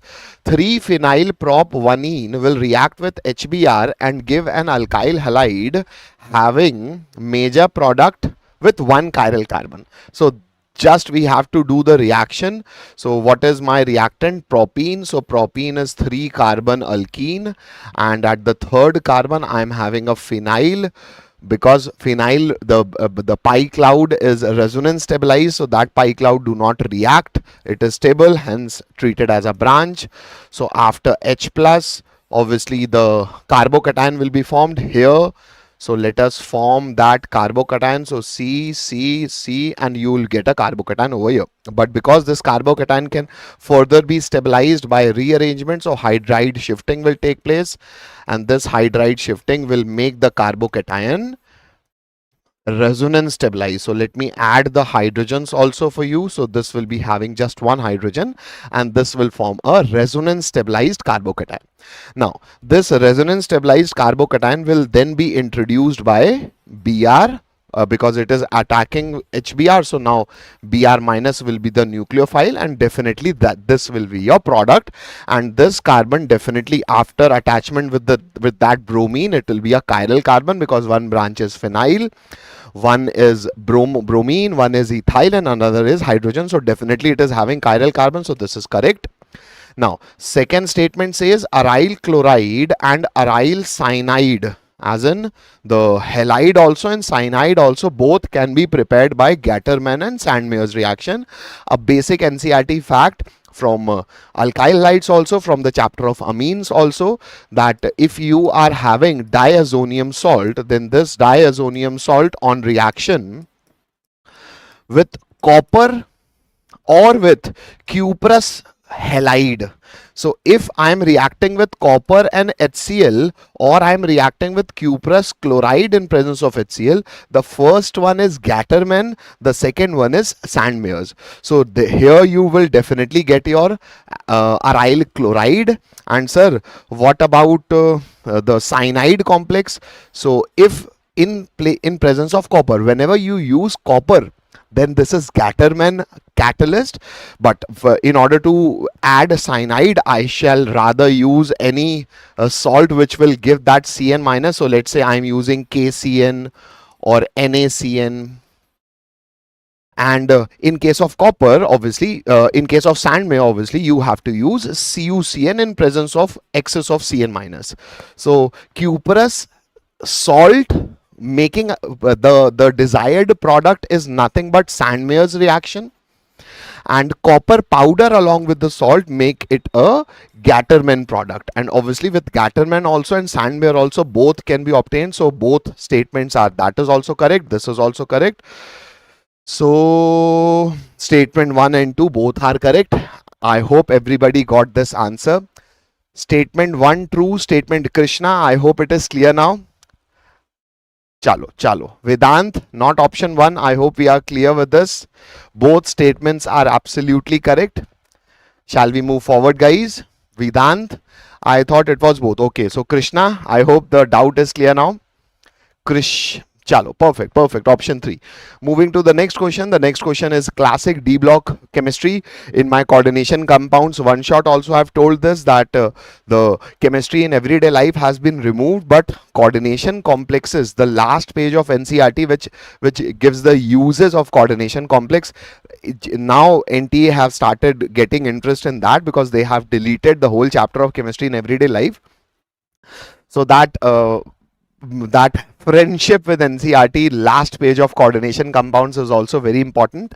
So what are the statements? You just have to select the correct statement. Statement 1 says that basic vanadium oxide is used as a catalyst in manufacture of sulfuric acid, although P block is removed, but because this is a D block chemistry, so in D block also it has a relation, in P block also, although P block is removed, but ultimately you have D block. And you should know that whenever sulfuric acid is industrially created, the oxidation of sulfur to form SO3 is done using catalyst vanadium pentoxide. Now obviously vanadium is a D block metal, and vanadium in such a high oxidation state, so sir, metal oxides are generally basic, but if that metal belongs to a D block group, then they can acquire very high oxidation state. Like vanadium, it is acquiring +5 oxidation state. So if you speak generally, so many a times it is called an acidic oxide. But yes, there is one more fact associated with it, with my rhyme, suno janabe Ali aur unke bekar bhai, what will they listen? As in, so arsenic, watch, no, watch is nothing element, it's just a mnemonic, a rhyme, as in watch, sub, antimony, T, tellurium, and V, vanadium. So vanadium oxide is also supposed to be amphoteric. Nowhere it is acting as a basic oxide. So it is saying because this is basic, everything is correct, but only the oxide nature is not basic. Therefore this statement 1 is incorrect. Moving to statement 2, which says P block element in Ziegler-Natta catalyst. Many a times NTA have asked this Ziegler-Natta catalyst in +3 oxidation state. So what is this Ziegler-Natta catalyst? Used in hydrocarbon cracking and those hydrocarbon reactions. Actually the Ziegler-Natta catalyst is mixture of titanium chloride and aluminium, triethyl aluminium. So triethyl aluminium, and definitely this mixture is known as Ziegler-Natta catalyst, which is obviously having titanium as D block metal, but it is also associated with a P block metal, which is aluminium. So P block element in Z block is in +3 oxidation state. So the P block element is aluminium, and its oxidation state is definitely aluminium always forms compound in +3 oxidation state. So first is incorrect, but second is correct. Now, number of unpaired electrons in the metal ion catalyst of Wecker's process. The famous, you can say this is hydrocarbon logic also. This is aldehyde ketones product also. Why? Because when alkene, as in ethene, reacts with palladium PdCl2, then the conversion, yes, oxidation also takes place, and it leads to the formation of the corresponding aldehyde. So this is a preparation of aldehyde, commonly known as Wacker's process. So what is the catalyst? PdCl2. The catalyst, which is PdCl2, so that means you have palladium in +2 oxidation state. But sir, nickel PdPt, nickel Ni PdPt. So they are D block metal, and as you move down the group, the metal itself start having the very high Z effective charge, and because of very high Z effective, it itself does very strong splitting, and due to high splitting, the palladium platinum complexes always have large splitting. What coordination number they generally have? 4. So this Pd +2 with chlorine ligand generally exists as PdCl4 with charge 2-. Now this, okay, so this is Pd, I'm sorry, palladium, not lead, palladium, not lead, palladium, not lead, palladium. Now this Pd in +2 oxidation states are, as in think like nickel, because nickel electronic configuration we easily remember, this is 4s2 3d8.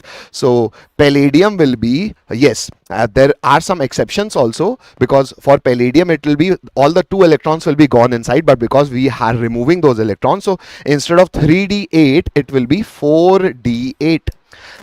but force pairing will take place, so hybridization will be dsp2 because metal itself has strong splitting, so hybridization will be dsp2. And because dsp2 hybridized, so all electrons will be paired, so it will be having 0 unpaired electrons, and it is saying it is having 8 unpaired electrons, so definitely this is also incorrect. If it was 0 in the actual paper, then this will be a correct option, so option 2 is only correct, so option 4 is your right answer because only option 2 is correct. I hope everybody is with me. Chalo, perfect. Vedant, no sir, given 2.8. Okay, so Chinmay is saying it was given 2.8. So beta, still you can't have 2 was given 2, so it will be having 0 unpaired electrons, hai na? Square planar complex. I hope everybody is with me now. Okay, perfect. Moving to the next question, halua question from a basic, extremely easy question. Sir, now I'm going to the exam hall. Please give me your blessings. All the very, very, very best, Krishna. You will be doing awesome in your examination. Go with all the confidence, buddy. Best of luck. Now, coming for the remaining students, sir, this is atomic structure basic. The subshell is given and you are supposed to calculate the nodes. So what is the formula of radial nodes, sir? N minus L minus 1. What is the formula of angular nodes, sir? L. For S, value of L is 0. So this is also 0, this is also 0. So 0, 0, I mean these two will be staying with the above two. Now, what is the value of radial node, sir? For this one, this is 2 minus, for S, L is 0 minus 1. So radial node will be 1. This is 1 radial node, so 1 matches with A. For 3s, this will be 3 minus 0 minus 1, so radial node will be 2, so 2 goes with B. For 3p, this is 3 minus 1 as in 1 radial node, so 3 matches with C. I mean, yes, the question will be framed somewhat differently, but we are practicing, so whatever we have, just do that. So 3 minus, for D, value of L is 2, so 3 minus 2 minus 1, so radial node will be 0, so 4 matches with D. Beautifully, option 1 is your right answer. Moving ahead. Again, a basic question from atomic structure. If wavelength of first line of Lyman series, first Lyman is from higher to n equal to 1. So first line is from 2 to 1. For hydrogen atom is x angstrom. So let us write the formula. 1 upon lambda. Wavelength is given out to be x, so 1 upon x equals r into z square. For hydrogen, z is 1 into 1 upon 1 square minus 1 upon 2 square, as in 4. So 1 upon x is nothing but r into 4 minus 1, that is 3 by 4. This is equation 1. We have to calculate the longest wavelength as in wavelength maximum, so frequency minimum, so energy difference also minimum. So for Balmer series, what is the minimum transaction? Balmer is higher to n equal to 2. So for Balmer series, the minimum energy and maximum wavelength will be 3 to 2. So let us calculate for that. 1 upon lambda, with this lambda we have to calculate is r, but this is not for hydrogen, I guess. Yeah, most of the student will be missing this. It is for helium plus. For helium, z is 2. So 2 squared is 4 into 1 upon 2 squared is 4 minus 1 upon 3 squared is 9.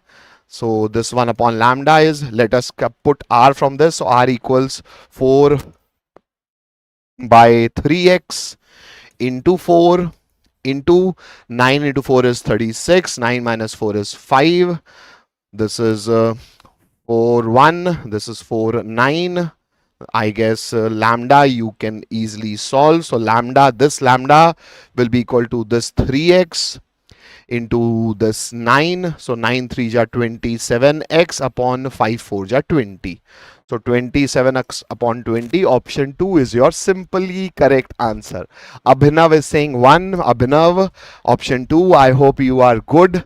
Maybe you have not placed the value of z for HE plus 2 because students, yes, they commit this mistake out of haste.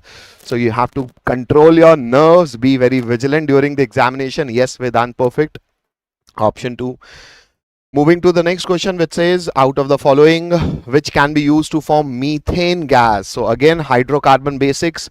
Kolbe electrolysis, sir. Kolbe, you have to pass electricity to salt sodium to sodium salt of carboxylic acid. So minimum carboxylic acid, what you will use, HC double bond ONA. But sir, CO2 gone, so we will not have any alkane. So why use this? Because we are forming alkane. So let us use the 2 carbon acid salt, so sodium ethoxide. Yes, again CO2 will be gone, but you will be getting a radical which is methyl radical, and methyl radical with methyl radical will form ethane, not methane. So this can't form methane.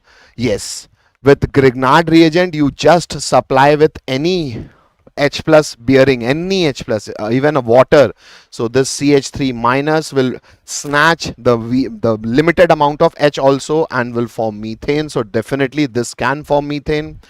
Wood's reaction, again like Kolbe electrolysis, if you take methyl halide, still you will form ethane. So this is also incorrect.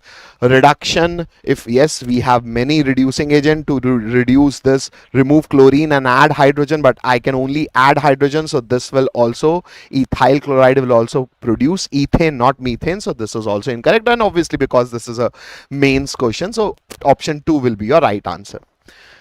Moving to acha. Okay, so these are the questions I was having. Let me see if I have some more questions from chemistry. Okay, so Deepen sir is ready. So Deepen sir, over to you. I'm ending. Okay, so here we are with another set of questions where we have received few questions. Let's get started with them. E1, E2 are the roots of this equation. Okay, it says set of values of A for which E1 and E2 are eccentricities of hyperbolas. So if E1 and E2 are eccentricities of hyperbola, I hope you know, for hyperbola, eccentricity is greater than 1, which means here for this quadratic, the roots E1 and E2, the roots E1 and E2 are greater than 1. So again, location of roots based question, that's the roots are greater than 1. We know the condition for it. Now from here, when I move ahead, the second part of this question will definitely create the cases and figure out the range, and then we'll work out alpha and beta. The second case, the E1 and E2, for which again the same quadratic, it has roots E1 and E2, but this time E1 and E2 are eccentricity of hyperbola and ellipse. So we know for ellipse, eccentricity is between 0 to 1. For hyperbola, eccentricity is greater than 1. So for that also will create cases. I hope you're getting it. So first of all, if I begin with this case where all I'm going to say is this case where this is your quadratic x square minus ax plus 2, which has two roots E1 and E2. The roots are greater than 1. If the roots are eccentricities of hyperbola, which means if this is 1 on the x-axis, the parabola will be either touching the x-axis or intersecting the x-axis at 2 points, but both the roots alpha and beta will be greater than 1. Now I hope you remember there are cases, which means what? First of all, f of 1 will be positive, first condition. Of course, two roots real must exist, which means discriminant should be greater than or equal to 0. The third case, this minus b by 2a, the middle point of it, its vertex, should be greater than 1, because if 1 is found here, then also it could have been there. So I got to amend one more case, which is going to be this. Everybody getting this? Vedant is saying my paper on 8 according to your level of paper. It cannot be predicted like that. It could vary because NTA is so fickle-minded in its nature, but so far we have seen most of the easier shifts, so it may give you a little moderate or tougher shift, so be ready with that mindset. Now from here, all I'm going to say is a pretty simple idea that if I apply this condition, f of 1 should be greater than 0. So f of 1 should be greater than 0 means what? 1 minus a plus 2 should be greater than 0. So there when you solve this inequality, a is less than 3.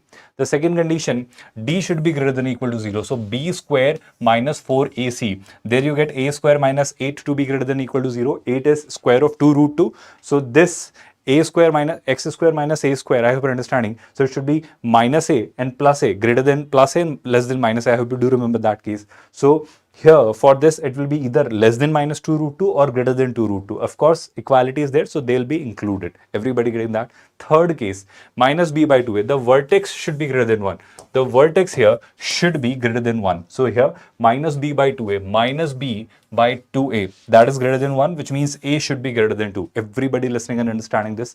Now with that, when I take the intersection of these three conditions, a greater than 2, which means if this is 2, a greater than 2 will be this, a less than 3, so if this is 3, a a less than 3 will be this, and the third case, this should be less than this or greater than this. Of course, minus 2 root 2 will be here, and 2 root 2 will be between 2 and 3, so this will be this. So I hope you can see the intersection of this is this zone where it is from 2 root 2 to 3. Of course, 3 is not included, so closed interval 2 root 2, open interval 3, this should have been open here. There is a correction in the question. Now from here, this is alpha and beta. No confusion on that. I think we have cracked alpha. This is alpha and this is beta. Everybody with me on this? Now the second case. Second case is that this quadratic has two roots, E1 and E2, and they are the eccentricities of hyperbola and ellipse. So for ellipse, we know eccentricity lies between 0 and 1. And for hyperbola, we know eccentricity lies or greater than 1. Everyone with me on this? So again, location of roots based question. So here, if here one of the roots is between 0 and 1, so I'll definitely say that f of 0 will be positive and f of 1 will be negative. And if I ensure this, of course, I'm ensuring that roots are there and nothing else needs to be matched or fulfilled here. So first condition, f of 0 should be positive. Second condition, f of 1 should be negative. F of 0 should be positive. So 0, 0, 2 should be positive. So 2 is always positive. This is true for all the real values of x. So it doesn't matter. The second case, f of 1 should be negative. So f of 1 should be negative means 1 minus a plus 2 should be negative, which means a should be greater than 3. So there I get a lying between 3 to infinity. 3 to infinity means this gamma will be 3. So you have a alpha, which was I think 2 root 2, beta 2 root 2, beta was 3, and gamma you have received as 3. So I think you are asked alpha square plus beta square plus gamma square, which you all are comfortable in doing, and with that option A will be the answer. Okay. With that, when I move ahead with the next question, what do I see next? Again, a simple question, one of the easiest questions of your paper. So far, we have seen a lot of easier questions. I'll still say they could have been called moderate, but sometimes they were lengthy in terms of calculation, because here we are not wasting much time in terms of calculating them. But yes, the paper was still doable. You could still pick up the questions, the easier and moderate ones, and you can still do those questions from mathematics section. If I begin with this part, there are n plus 1 coins. N coins are unbiased and one coin has two heads. I hope no problem with that. A coin is randomly chosen and then tossed once. The probability of getting head is 9 by 16. Is it again not a simple question? A very simple question, because this is a question based on conditional probability. I hope you know that. So let's say there are total n plus 1 coins. So let's say I'm choosing one coin out of these n plus 1 coins, which is the biased one. So if I have that biased one, so probability of getting a head from that biased coin is 1, because it has head on both the sides. Then if I choose any of those n coins, those n which are the unbiased ones, out of those n plus 1 coins, so n unbiased, any coin from those n unbiased can be chosen in NC1 ways divided by total ways n plus 1 ways into, from these n unbiased coins, I can have the probability of having a head is 1 by 2. That's brilliant, Tushar Srivastav. That's great.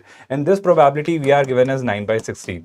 I simply got to solve this equation. When you solve this, of course, 16 is pushed there, 9 is pushed here, or rather this denominator is pushed here. When you simplify this, you get the final answer or the value of n, which is going to be 7. You can see the calculation on which will not be wasting much time here. Everybody got this? That's brilliant, students. Keep responding like this.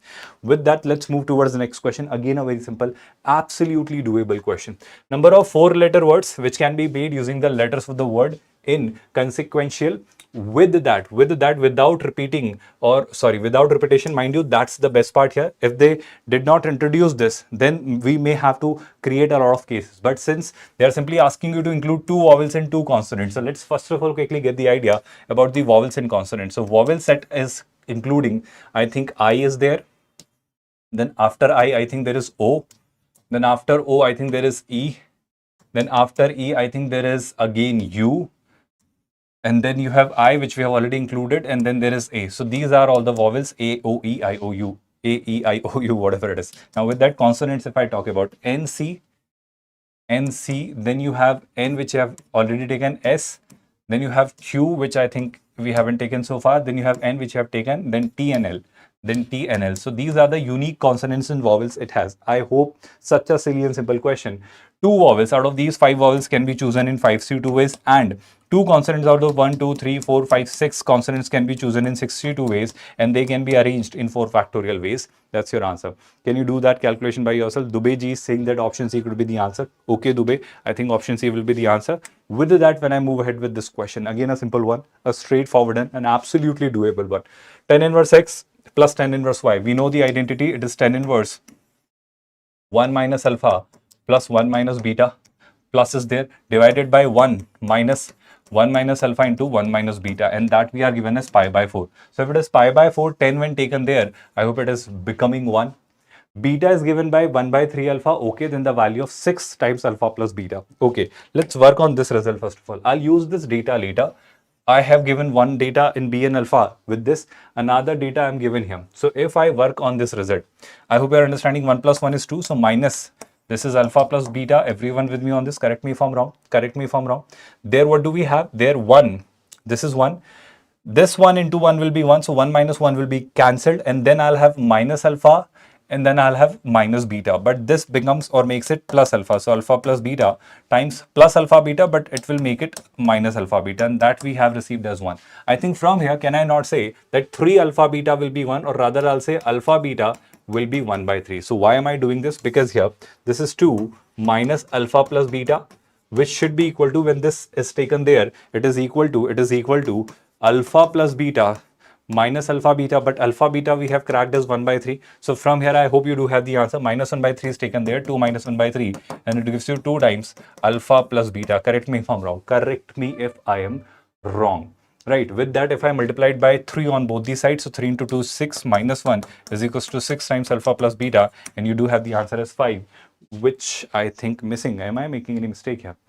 No, I'm really sorry. This 1 by 3 will be plus, so this will be 6 plus 1, and with that, your answer will be 7. Everybody got this? That's brilliant, students. That's good, Tushar. That's great. With that, let me move towards the next question. Yes, there is one more question. 1 plus cos x is given as root 3 sin x. Again, absolutely easy.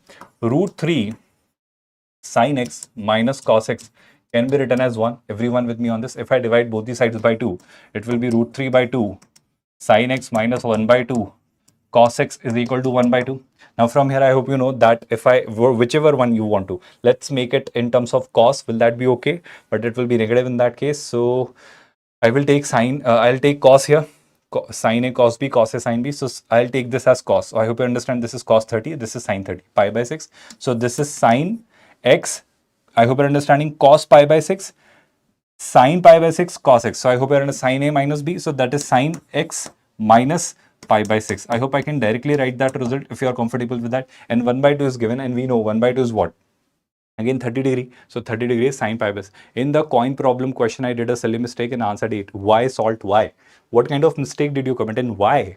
It was such an easy question and you lose plus 4 marks like that. Thank you so much, Srineshta, for that correction. That's great, students. Keep responding like this. So here, this is 1 by 2 sine 30 degree. So it is again going to be sine pi by 6. Everyone comfortable with that?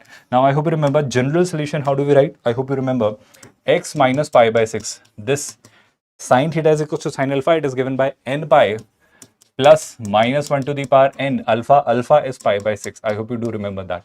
With that, if I take this minus pi by 6 to the other side, x becomes what? X becomes this. X becomes this. X becomes what? N pi plus minus 1 to the power n pi by 6 plus pi by 6. So all you got to do is try certain values of n. Of course, between what? Between minus 2 pi to 2 pi. One of the methods could have been transformation of graphs, because what are we asked? The sum of all the values. So you got to find, let's say if the question was number of solutions, in that case I won't go for the general solution. I draw the graph of this curve and I'll simply see 1 by 2, where does it intersect or how many times does it intersect. Strategy for time management in math, I have created a lot of strategy videos on that. You can watch those and you can definitely work on that. I took the number of coins and instead of n plus 1 and just took n plus solving tried. Okay, don't go ahead with that. Be more careful, be more cautious. So with that, I think I'll start trying some values of n. So if I begin n as minus 2, if I begin n as minus 2, it will be minus 2 pi and it will be added to it, but it will, in that case, will be something. So if I begin n as minus 2, so you try n as minus 2, then you try n as minus 1, then you try n as 0, then you try n as 1, and then you try n as 2. But when you try n as 2, it will be 2 pi. And it will be plus something. So 2 pi plus something will not be there. So I think this should be excluded. So this case, n is equals to 2 will not be there. So with these 4 cases, I will get few answers, 4 answers. You will just write those answers. You will get those values. You add them and you will write the final answer. Everyone comfortable with that? All the participants. Let me see whether we have received few more questions or not. If we do have received, we'll be discussing those as well. So I think one more question I have received. Let me just copy it. Just hold on for a while. Let me just copy these few more questions as well so that we conclude this. So this is another question there we have received. Let me just get this question also discussed. I think there is something wrong. I hope this is your next question here. And do we have few more questions? No, so far. So these are the two more questions which we have received, right? So let's get these questions also discussed. Is it getting downloaded? Let me see. Yes, it is getting downloaded. So with that, when I import this file, I'll have few more questions here. Let's begin with this question, a question based on definite integration, area under the curve. I hope you know how to do it. Everybody, sir, can we do by drawing a line? You can, but that will give you the number of solutions. Can you precisely find the solutions? If you can, then definitely go ahead with that. Otherwise, I'll refrain from doing that or using that method, right? Be a smart guy. So with that, if I solve this part, the area bounded by this, this, and this. Okay, so first of all, it's simply a matter of drawing the curve more appropriately. So here, if I work on this, it is going to be a parabola. And if you don't get this idea, why am I saying y square plus 3 is equals to 4x? I hope you're getting it. So y square is equals to 4x minus 3. Everyone comfortable with this? So y square is equals to something positive, which means what? A parabola opening on the right hand side. So it will be a parabola like this. Everyone comfortable with this? This is going to be the x-axis because it will still be symmetrical.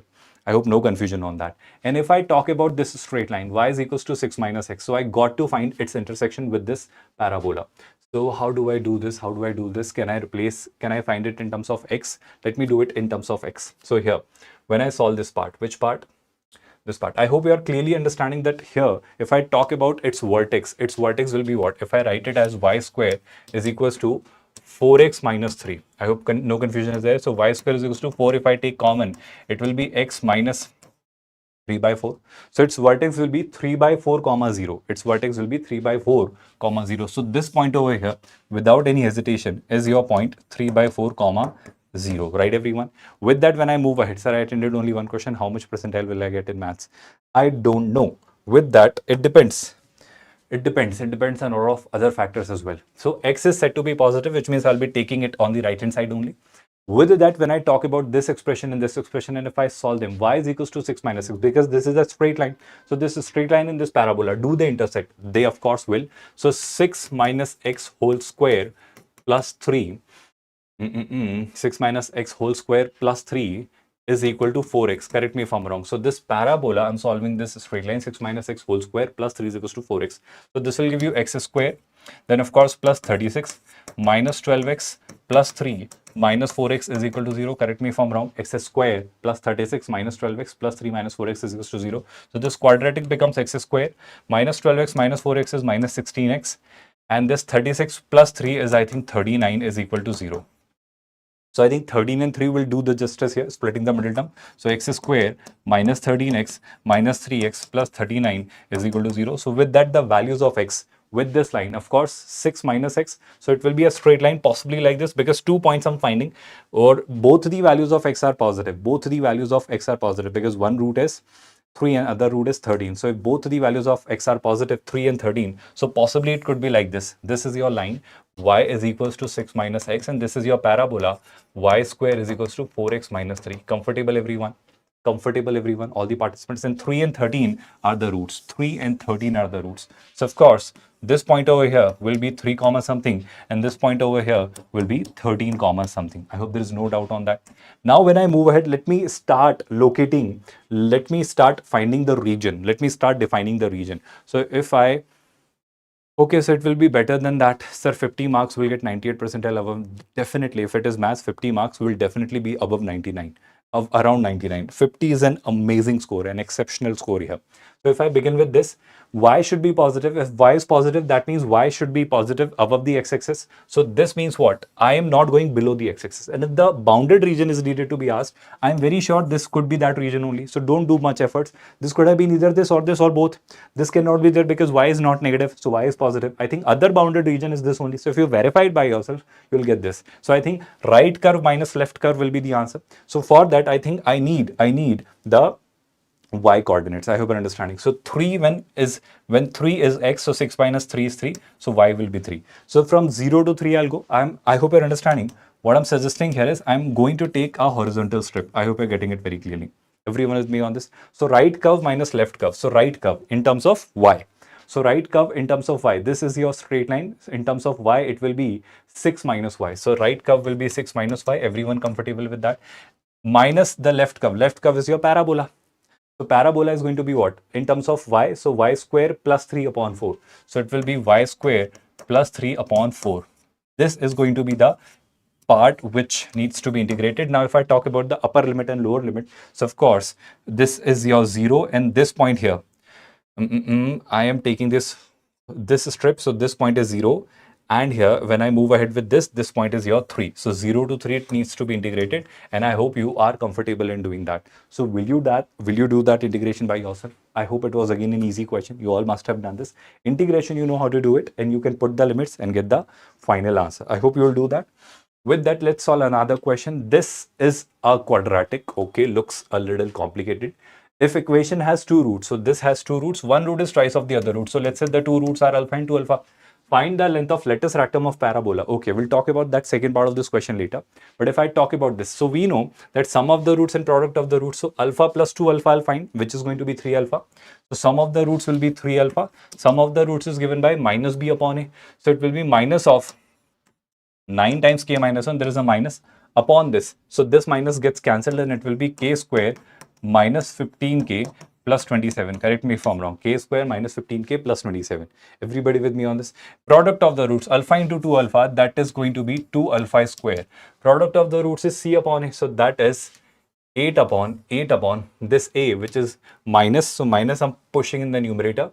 There I'll have k square minus 15k plus 27, right? This is what we have. Everyone with me on this? So from here, can I say if this is 3 alpha, alpha will be 3 times k minus 1 of this? Everyone getting it? So this alpha, if I push there, so that is 2 alpha square. That is 2 alpha square. So if this is alpha, so 2 alpha square will be this. And this is equal to that, which is what? Which is minus 8 upon k square minus 15k plus 27. Correct me if I'm wrong, all the participants. Now let's talk about this quadratic first of all for a while. K square minus 15k plus 27. So b square is going to be what? 15, which is 225 minus 4ac. So 4 into 27, how much is that? I hope it is still less than 225, which means it will be 0 somewhere. This quadratic will become 0. So it will have its own roots. So if I simplify this, this is 2, which is already there outside. So this 2 when cancels this, 2 into 8. 2 into 4 is 8. So that's 4 here. When this is squared, I hope you're understanding, I remove this square from here and I push it inside. So this 3 square will be 9. This 3 square will be 9 here. This will also be squared. This will also be squared. So I'm doing one thing where I'm suggesting 27 is what? 9 into 3. 9 into 3. Apart from that, what is it? I think splitting the middle term wouldn't work here. Was it the quadratic you were given? Just give me a quick update on this because I am sensing something suspicious here. K square minus 15k plus 27. If that was the quadratic, I'm taking one benefit of doubt. I'm cancelling this root by this root. I hope you're understanding it because it is in the denominator. It cannot be 0. So I'm cancelling it here. So if I remove this, this becomes 1. And if I remove this, it becomes 1. The power here. I hope you got it. So with that, when I simplify this, I think the job will be done because here, this will be 9 times k minus 1 whole square. So it is 9 times k square plus 1 minus 2k, comfortable everyone, and here it is minus 4 times. So it is minus 4k square, 15 into 4 is 60. So this is 60k and minus 4 into 27. So double of 27. 4 times of 20 is 80. 7 ka 4 times is 28. 80 plus 28 is I think 108. 80 plus 28 is 108. So this will be minus 108. Just correct me in terms of calculation. We are going great. Right. So this when I simplify, I hope this will be 9k square. This I'm writing here. I hope you're comfortable. This part, this will be 9k square plus 9 minus 18k. Comfortable everyone? That calculation I'm doing here. So when I simplify this part, what do I get finally? Now let me take it everything on the right hand side. So 9 plus 4 is how much? 13. So it will be 13k square. Then what do I have? 60k and 80k. So that I think is minus 78k. That is I think minus 78k. And with that, this will be 108 plus 9. 108 plus 9 will be how much? 108 plus 9 will be 117. So this will be 117 is equals to 0. Everyone got this? Everyone, all the participants. Now I think if that's the quadratic which we have received, I think the job is done, because I think they all are divisible by 13. This is 13 9 times, and this is 13 into 6. So this will be k square minus 6k plus 9 is equal to 0, and that is clearly nothing but k minus 3 whole square. So with that we receive k to be 3. So if k is found to be 3, the parabola will be y square is equals to 6 into 3. 6 into 3 is 18x. So we know parabola latus rectum, if it is y square is equals to 4ax, its latus rectum is 4a. So latus rectum's length will be 18. That's your 4a. Everybody understood that? Such an easy or a simple question.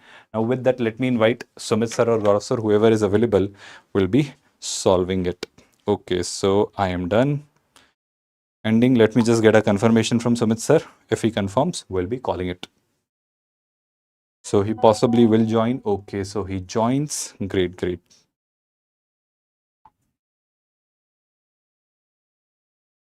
Current there is mentioned as 1 ampere. Find magnetic energy stored in cube. How much magnetic energy will be stored in the cube? So this is the current carrying loop. Here a small cube is there. What is the energy density due to magnetic field? Energy density we know, that is B square by 2 mu naught. This we know. Now at center, because this is very small cube, I can consider almost B is constant in the cube. What is that B? Mu naught I by 2r. Where r is the radius. So magnetic field we will put into the volume. So energy stored will become 1 by 2 mu naught into B square. B is mu naught I by 2r square into the volume. Volume is side cube. Let us take that as A cube. Now if I square, 1 mu naught will remain in the numerator. Mu naught I square divided by 4 into 2 is 8 r A cube. Clear? Mu naught I square divided by 8 into this will be r square here. Yeah. Mu naught into r square. Yeah. R square into A cube. Now put the values. So mu naught value we will put as 4 pi into 10 to the power minus 7 into magnetic field current I is 1 ampere, so 1 square is 1 into A cube. What is A? Side of the square is 1 mm. So 1 mm cube, when you will do 10 to the power minus 9 divided by 8 into, what is the radius? Radius of the loop is A. Okay, here radius is given A, so let me use here a side cube so that you are not confused. A square, A is 1, so 1 divided by, like that. Now it is 4 into 2, this is pi by 2 into 10 to the power minus of 16. Pi by 2 into 10 to the power minus of 16. None of the options are matching. There is some mistake with the options, or let me check the calculations again. B square by 2 mu naught, yeah, and it is 1 by 2 mu naught, B square mu naught I by 2r square into side of cube square mu naught I square divided by 8 into r square into A cube, 4 pi 10 to the power minus 7, 1 into 10 to the power minus 9 divided by 8 into r square. Yeah, this is pi by 2 into 10 to the power minus 16 only. So this has to be 16 here, and we are getting second as the correct option. Good to go. Next, ratio of wavelength of first and second line of Balmer in hydrogen atom. Now Balmer means n is equals to 2. The electron should come at n is equals to 2. Okay, first is this, means 3 to 2. Second is from 4 to 2. This is 3, this is 3, this is 4. So first if I write 1 by lambda is equals to r into 3 to 2. So 1 by 2 square minus 1 by 3 square, this comes out to be 5 by 36 into r. This is lambda 1. Now second if I write 1 by lambda 2 is equals to r into Second is from 4 to 2. So 1 by 2 square minus 1 by 4 square. So this will come out to be 3 divided by 16, isn't it? Yes, 3 are divided by 16. I need a ratio of lambda 1 by lambda 2. So lambda 1 divided by lambda 2 will be 36 by 5 there, divided by, this is 16 by 3, 16 divided by 3. Now 4 into 9, 4 into 4, this is 27 divided by 20. 27 divided by 20 or 20 by 27, opposite it is coming, huh?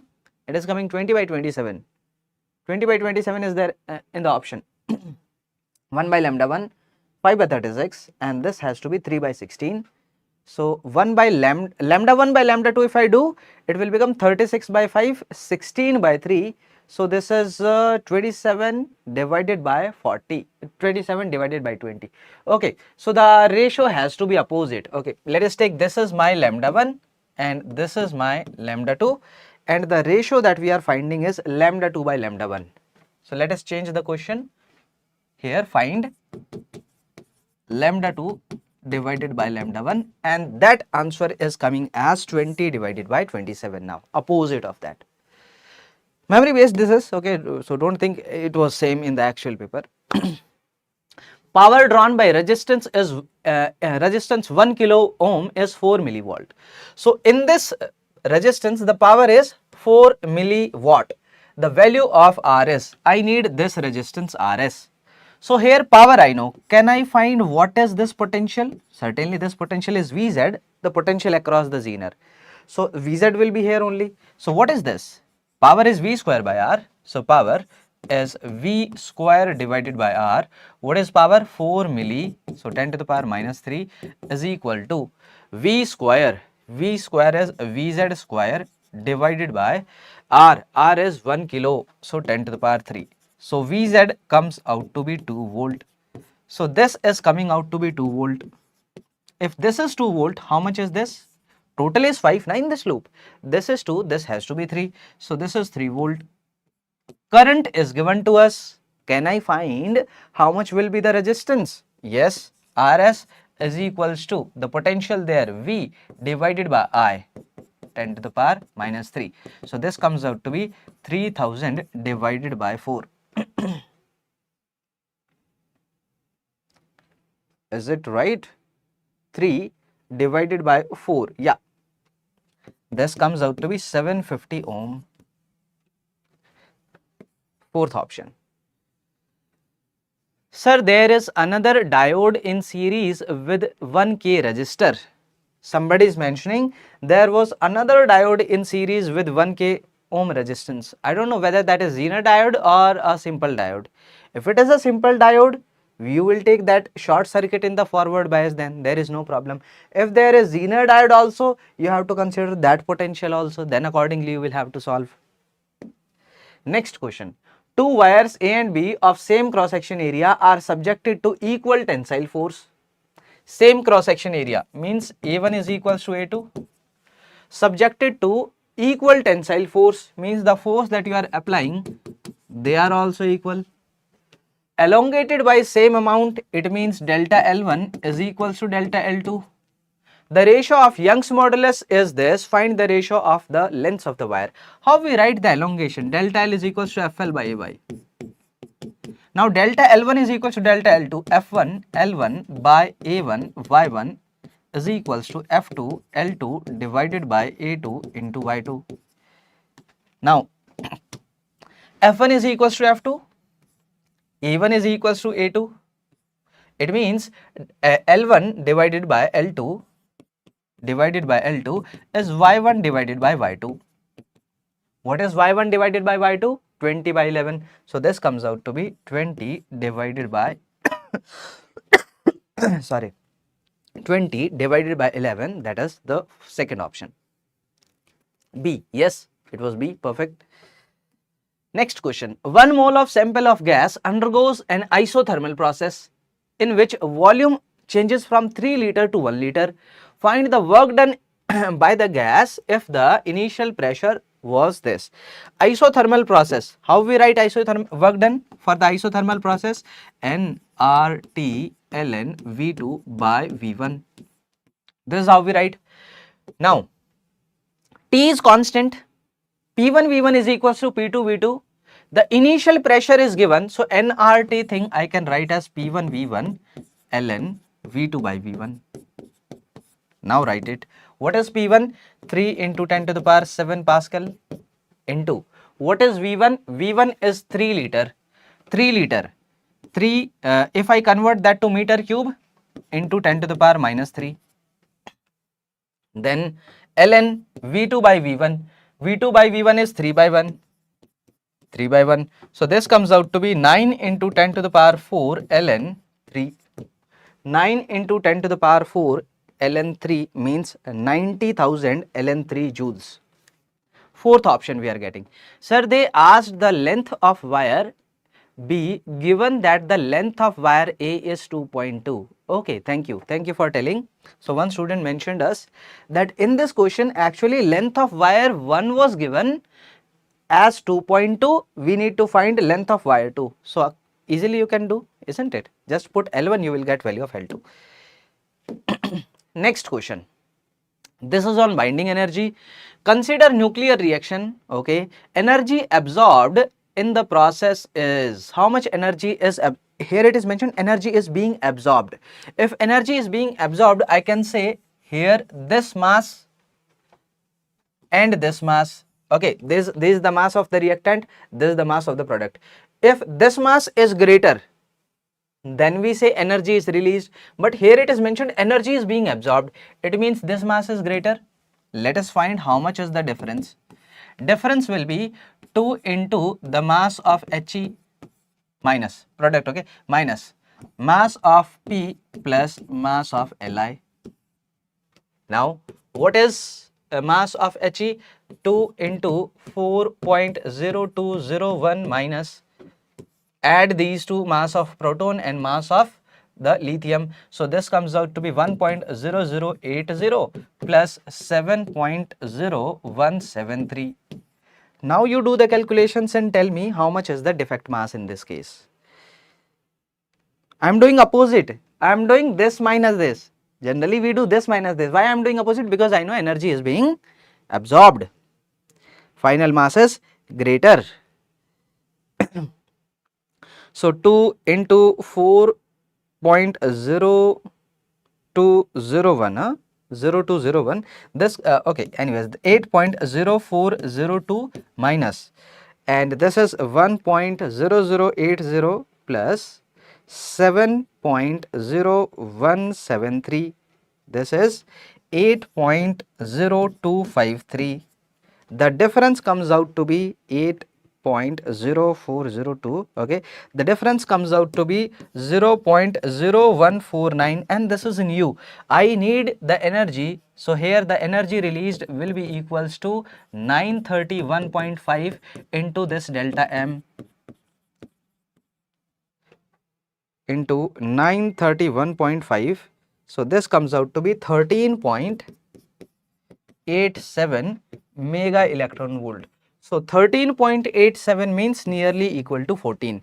It means this much energy we have to supply. Sir, 53 attended.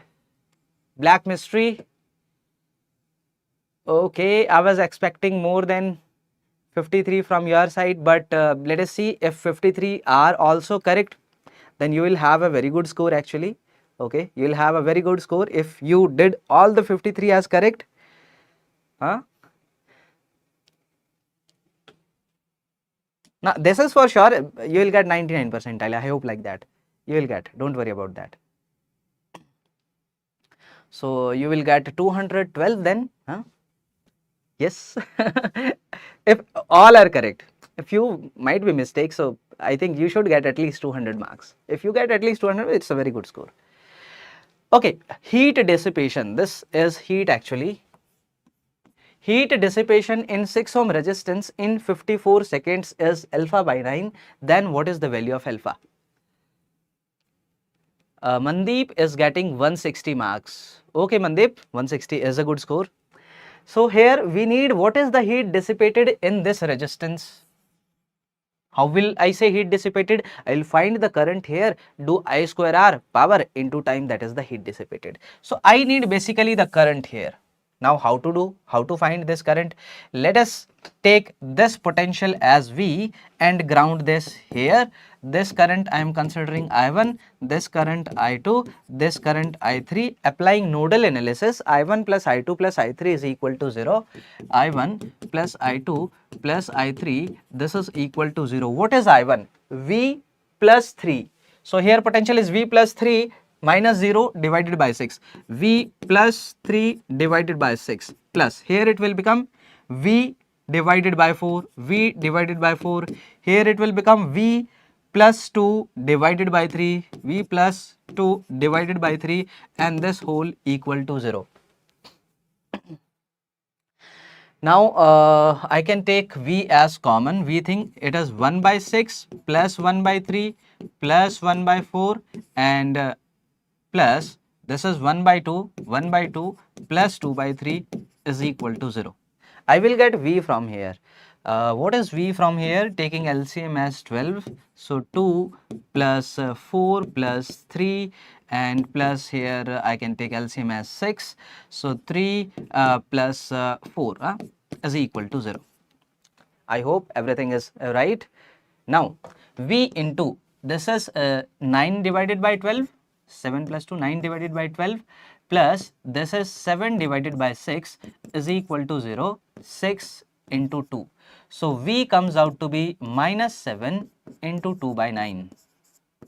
V comes out to be minus 7 into 2 by 9. That is my V. Now I need current here. This current I need I1 basically, okay. So if I find I1, that is V plus 3 divided by 6. I1 is equals to V plus 3 divided by 6. What is V?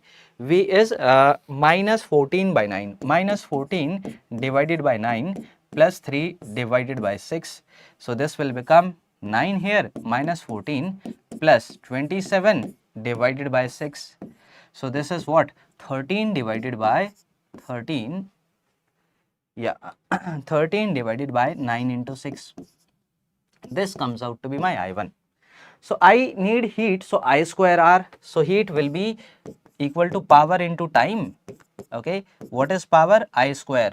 13 by 9 into 6 square into the resistance R is 6, I square R, into time is 54, and this is given as alpha divided by 9. Okay, now let us simplify it. 9 into 6 is 54, 154 will get cancelled here, another 9 into 6 is getting cancelled, so they are getting cancelled like this. Alpha comes out to be 13 square, which is 169. Some calculations were there in this question, but this question was not, you can say, conceptually difficult. Sir, is this paper lengthiest? I don't think it is lengthiest. 1 to 2 questions are there, and it, you know, they are always there. 1 to 2 questions are always there where you need to do some more calculation. So don't worry about this. Mass and radius of a solid sphere is measured with uncertainty of 1% and 2% respectively. In calculation of the density, we need uncertainty in percentage. In calculation of the density is equals to mass divided by volume. Delta rho divided by rho is equals to delta m divided by m plus delta v divided by v. This is how we will write. Now mass and radius, I need to write volume in terms of radius. Volume is equals to 4 by 3. Is it a sphere or like that? What it is? Solid sphere, yeah, 4 by 3 pi r cube. So from here I can say delta v by v is basically 3 delta r by r. Okay, so delta v by v is 3 delta r by r. What is delta m by m? 1% plus 3 into what is delta r by r? 2%. So this comes out to be 7%. Answer comes out to be 7%. Sir, circuit is wrong. It was like 6 and 4 were parallel. 3 volt in 6 and 3 is in series and parallel circuit and two cell connected to it. Anushka is saying that actually this circuit is wrong. Okay, so she is telling the details of that. Okay, might be like that. Might be like that. This is a memory based. My exam will be on 8th. Madhav. Okay, Madhav, all the best. So everybody got 7 here in this question. Okay, so we are done with these questions of physics. Now Gaurav sir will be there discussing questions on chemistry. So let us see if Gaurav sir is there.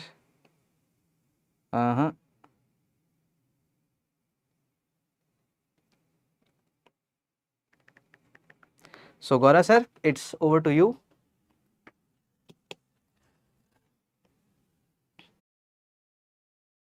Yes, guys. So I hope you all are back, because now I have got these many questions from chemistry. So I guess with this we'll be done with chemistry, and you will also be done with whatever logics we are able to share with all you people. So okay, we have got very less number of students now, but still those who are here, you are here for your good. You are sincere enough to be devoting yourself to the, because here you can obviously, there is multiple platforms where you can obviously browse, but that connect the way we tackle, I mean obviously we try, we even can't be 100% satisfying to everybody, but yes, I religiously do this, that whatever comments we get, I'm here. So okay, Varma, perfect. So Varma, when you are having a paper, beta, good afternoon, good afternoon, good afternoon, yellow smiley and yellow that display picture also. Sir, one more question. So beta, I have this these questions from chemistry will be done after this. Why 8th date having only one shift? Okay, Sai Kumar Reddy. Sir, why 8th date having only one shift? Beta, this is, I guess, I'm not sure if 8th on 8th of April you have one shift. I guess you have two. I mean, maybe you will be having your roll numbers, so you will be knowing that more accurately, but I guess we'll be having two shift beta. So mine exam is on 8th. So Madhav, good, because you are investing yourself over here. That means you must be willing and giving everything what you have. But yes, after this live, go to the WhatsApp channel PWJ English, download these lecture notes and revise from whatever area, because I'm not saying the question, the exact question will be there, but yes, the exact logic will be there. Sir, answer is not 80 AH. Sir, 8 have only one shift. Okay, sir, the answer is not 80. Beta, I have not answered. Maybe you are talking about some previous question. Okay, chalo beta. So my exam, okay, perfect guys, perfect. So we have these questions from chemistry, and after that we will be done with chemistry. Then we'll be switching to the sir. So the first question that we have is 0.25 moles of volatile, of non-volatile and non-ionizable compound is mixed with. So that means this is my solute. To solute I refer as 2 for the sake of mathematical simplicity. Yeah, perfect. Varma is giving answer also, 21%. Let us check, Varma. With 1 mole of solvent. So moles of solvent is 1 and solute is this much. We have to find percentage relative lowering. So just do RLVP. So what is the formula of relative lowering of vapor pressure?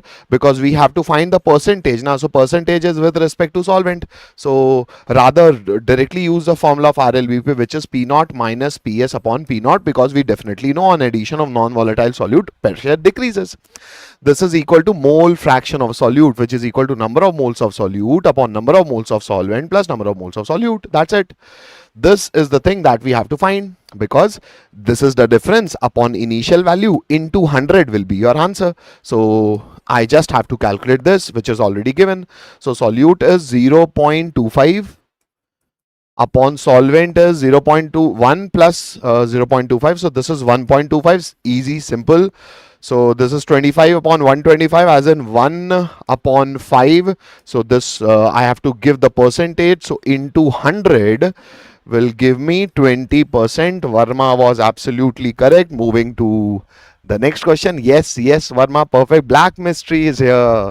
Okay, perfect. Sir, but question they asked sum into value. Okay. So Samuel is saying, but in the actual question, they asked sum into value. Okay. So SOME sum. What is that SOME sum? Okay, I mean they must have asked you the answer in some other format, which Samuel is saying. Sum into value. So you must represent the answer as what NT has asked, but this was the general concept around it. Okay, Samuel. Chalo. Moving to the next question. The next question is the limiting molar conductivity of BSR. This is simple application of Kohlraasch law. For barium sulfate, we have to find, we do not know, but we know barium sulfate will ionize and form barium plus 2 and sulfate ions. Now, the limiting molar conductivities of given electrolytes are given. So this will be H plus Cl minus will be equal to X1. Because limiting molar conductivity of ions is equal to summation of limiting molar conductivity of ions is equal to that of electrolyte. So we have to find for this electrolyte. So let us calculate for these ions. So X2 will be equal to twice of H plus and sulfate, and X3 will be equal to barium cation and twice of chloride ion. Now what I need in the for BaSO4, sir, I need this barium ion, I need this sulfate ion. How many? 1, 1. So just add these equation. Let's say this is 1 and this is 2. So just add them, but I will be having these ions extra. What? Twice of Cl and twice of H plus. I do not want them. So multiply equation 3 by 2 because it will make twice of H plus and subtract. So 1 plus 2 minus equation 3, but 2 times of equation 3. So that means for second it is x2, for third it is x3 minus twice of x1 is your answer. Option 1. Beautifully simple. Varma correct, Dhairya correct. Okay. So Samuel is again saying that x value. Okay, Samuel, we got that, but I guess concept was the same, na? Maybe. I'm definitely assured that you are giving the correct format in which the question was asked, but concept was around RLVP, so we have given that concept. Now, moving to the next question, even I'm confused with this because our central team has given 2 versions of this question. Okay, KV creation. Something 10 raised power 6 and alpha are given in options. Okay. In case of equivalent, it would be x into 2 plus x2 plus x3 minus x1. Okay, you are replying for this one. x2 plus x3 minus. In case of equivalent, because for limiting not molar but equivalent molar conductivity, valency factor is inside the value. Therefore you are definitely correct, Varma. In case of equivalent, you are not supposed to multiply with that too. Absolutely correct. Now yes sir, hi everyone. Okay, chalo, then moving forward, I guess we are done with this. The thing that I was saying, for this tetrahedral complex, either this was the question or I have other version of this question as well, or we have this version of the paper of the question, this one. I mean, obviously you have to compare with this list too with the value of delta t, and we know delta t is tetrahedral splitting. So for a tetrahedral splitting, what do we have, sir? The degenerate d orbitals are splitted, but octahedral splitting has T2G set as lower energy subshell and EG has higher energy. Why G? Because they are gerade. Tetrahedral splitting creates the degenerate subshells, the unequal energized subshells. Their energy is obviously unequal, but who acquire the lower energy bands are those, because tetrahedrally central atom is approached by ligands following area in between the coordinate axes. So who will have more repulsion? Orbitals having lobes in between the coordinate axes. And who has lobes in between the coordinate axes? Sir, dxy, dyz and dzx, while they become of lesser energy. Who? dx2y2 and dz square. So this splitting is tetrahedral, which is, we definitely know the magnitude of tetrahedral splitting is very less.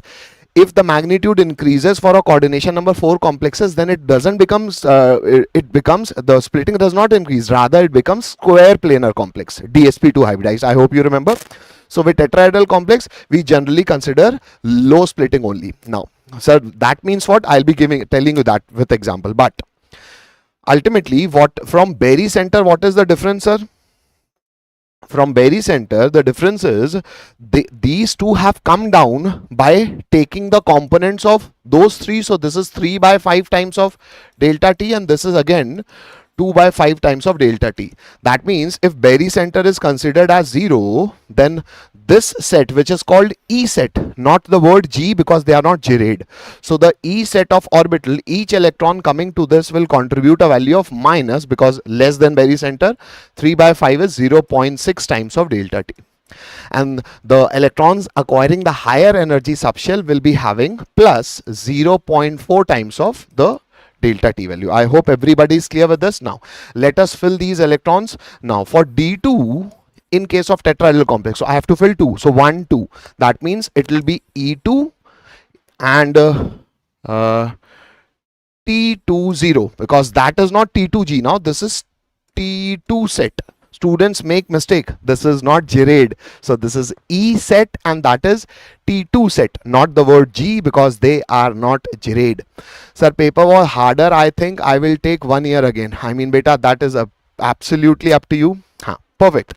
Sir, paper was harder. No, beta, I would rather not say it was hard, but yes, inorganic was time consuming. So yes, you have to do such things. So sir, that means I have 2 electrons over here. Okay, that is sir, minus 0.6 into 2. So this is minus 1.2. So definitely this goes with R. Now, what about D4, sir? Sir, 1 2 3 4. Because 1 2 pairing will not take place, because this splitting is rather very lesser in magnitude. So 1 2 3 4. So what you will have? You will have E2 and T2 2. So that means this is minus. This will have a contribution of minus 1.2 plus the T2 will have contribution of 0.4. So how many? 2 into 0.4. So plus 0.8. So what is it? Minus 0.4. So this is definitely S. So just check with option. 1 is R. So you are gone. 2 is S. 2, B is S. B is S. So you are gone. Now let us do for D6. D6. Sir, 1, 2, 3, 4, 5 and then 6. That means E will have 3 and T2 will also have 1, 2, 3, 4, 5. 3 and the 6th one is filled in E set. So 3 into minus 6, minus 0.6. So 6 3 is 18. So minus 1.8 plus 3 into 0.4. So 1.2. So this is minus 0.6. That means this is P. So C is P. C is P. So we have our answer. So this is gone. Obviously D is Q. D is Q. So let me do for D8 also. D8 will be 1, 2, 3, 4, 5, 6, 7 and 8. I hope you are able to see also that how to fill. So definitely this is E4 and T2 also 4. So if you calculate the value, it will be 4 into I just into multiply and write it. 6 4 are 24, so 2.4, but with a negative sign, plus 4 4 is 16, so 1.6. So this is minus 0.8. So minus 0.8. Yeah, perfect. So we have just practiced also. This was a good type of question. Now maybe this was the question, or some students said that they just asked the splitting. So we definitely know the E set has lower energy. That means dx2 y2 and dz square are equally energized but having lower energy than dxy, dyz and dzx. So option 4, I guess. Yes, in this case you have answer 4, or if that question was asked, it was option that. If both were asked, then they are having more interest in tetrahedral splitting. Moving to the next question. Next question says, what will be the major product of the following reaction sequence? Now, this is my alcohol on reaction with heated copper. Sir, heated copper generally oxidizes alcohol. But what alcohol? 1 degree alcohol becomes aldehyde, 2 degree becomes ketone, and 3 degree generally with oxidizing agent it do not react. But with heated copper it undergoes dehydration. So this is a 3 degree alcohol. So 1 carbon, 2 carbon, 3 carbon, and this is OH. So this OH will gone, and anybody will have to remove, give its hydrogen, so that the heated copper will induce dehydration in 3 degree alcohol. So it is not no reaction. So what is my product? Sir, after this na alkene will be formed. Now this alkene, this is Roman number 1. Now this alkene is subjected to an acid, but in acidic medium. So sir, first if H plus attack, then obviously carbocation will be formed. Where you can find a stable carbocation? So this carbocation will be stable. So after that, what minus you have? This phenyl phenoxide, this benzoic acid. So this benzoate ion. So this benzoate ion will be attacking, and I guess you will be getting this beautiful product. Easy. This is just esterification. Moving to the next question. Now, they have now married again 2 chapters. So this is a marriage of practical organic chemistry, the test, and essential and non-essential amino acids. I have been giving those list of essential and non-essential amino acids in my I guess on the 2nd of April. Also, I have again given that list, that please do that list, because that list containing, that is my handwritten list with the mnemonics also, with the rhyme also.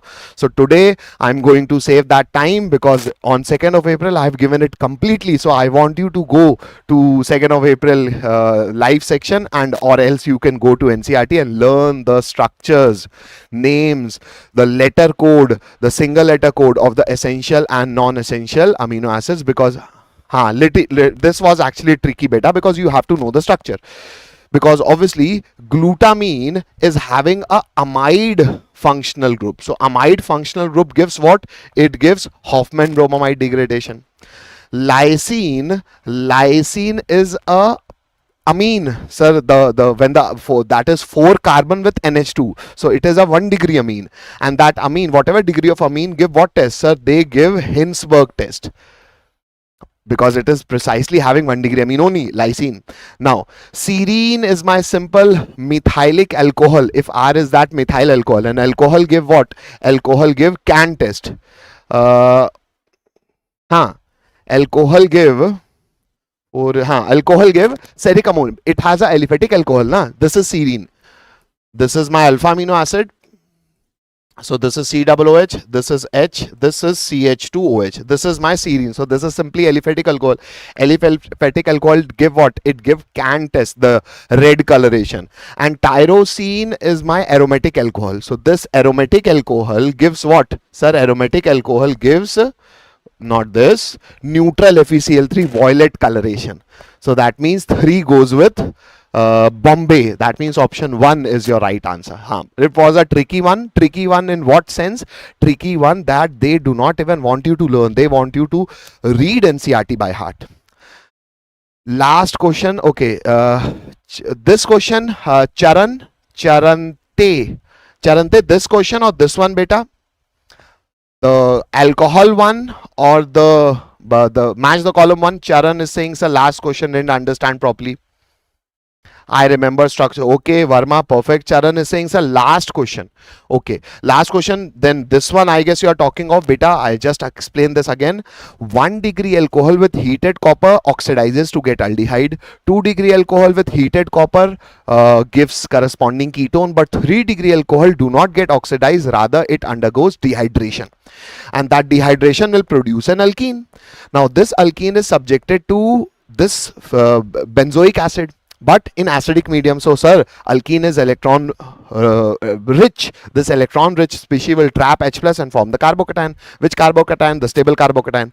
After that, in acidic medium, ultimately this will also, although the quantity of this phenoxide, this benzoate ion will be less because it is a weak acid, but still you will get at least some of the benzoate ion. That benzoate ion will, that minus will be attracted by this plus, and you will be getting this product. And once the benzoate ion has gone, the from Le Chatelier's principle, it will be further getting decomposed, and you will be getting this beautiful product. I hope, Charan, we are good. Chalo. Moving to the next question, again a chemical bonding logic. The chemical bonding logic asks you that which of the following pair have different Lewis structure. So which have different Lewis structure, just chemical bonding, but you have to apply it again and again. How to do that? Sir, SO3 2 minus. So sulfur 2 minus, as in I need one double bond O, one O minus and one O minus. So this is SO3 with a 2 negative charge. But sulfur has how many electrons in its valence shell? 6. So this one lone pair will be there. So 3 bond pair, because bond pair only counts sigma bond, and one lone pair. So shape will be, sir, just like ammonia. It will be trigonal pyramidal. I hope everybody is good with this. Now, what about carbonates? Are C double bond O, one O minus and one O minus, and because carbon is actually a fourth, just have 4 electrons in its valence shell, so no lone pair. So this is simply trigonal planar.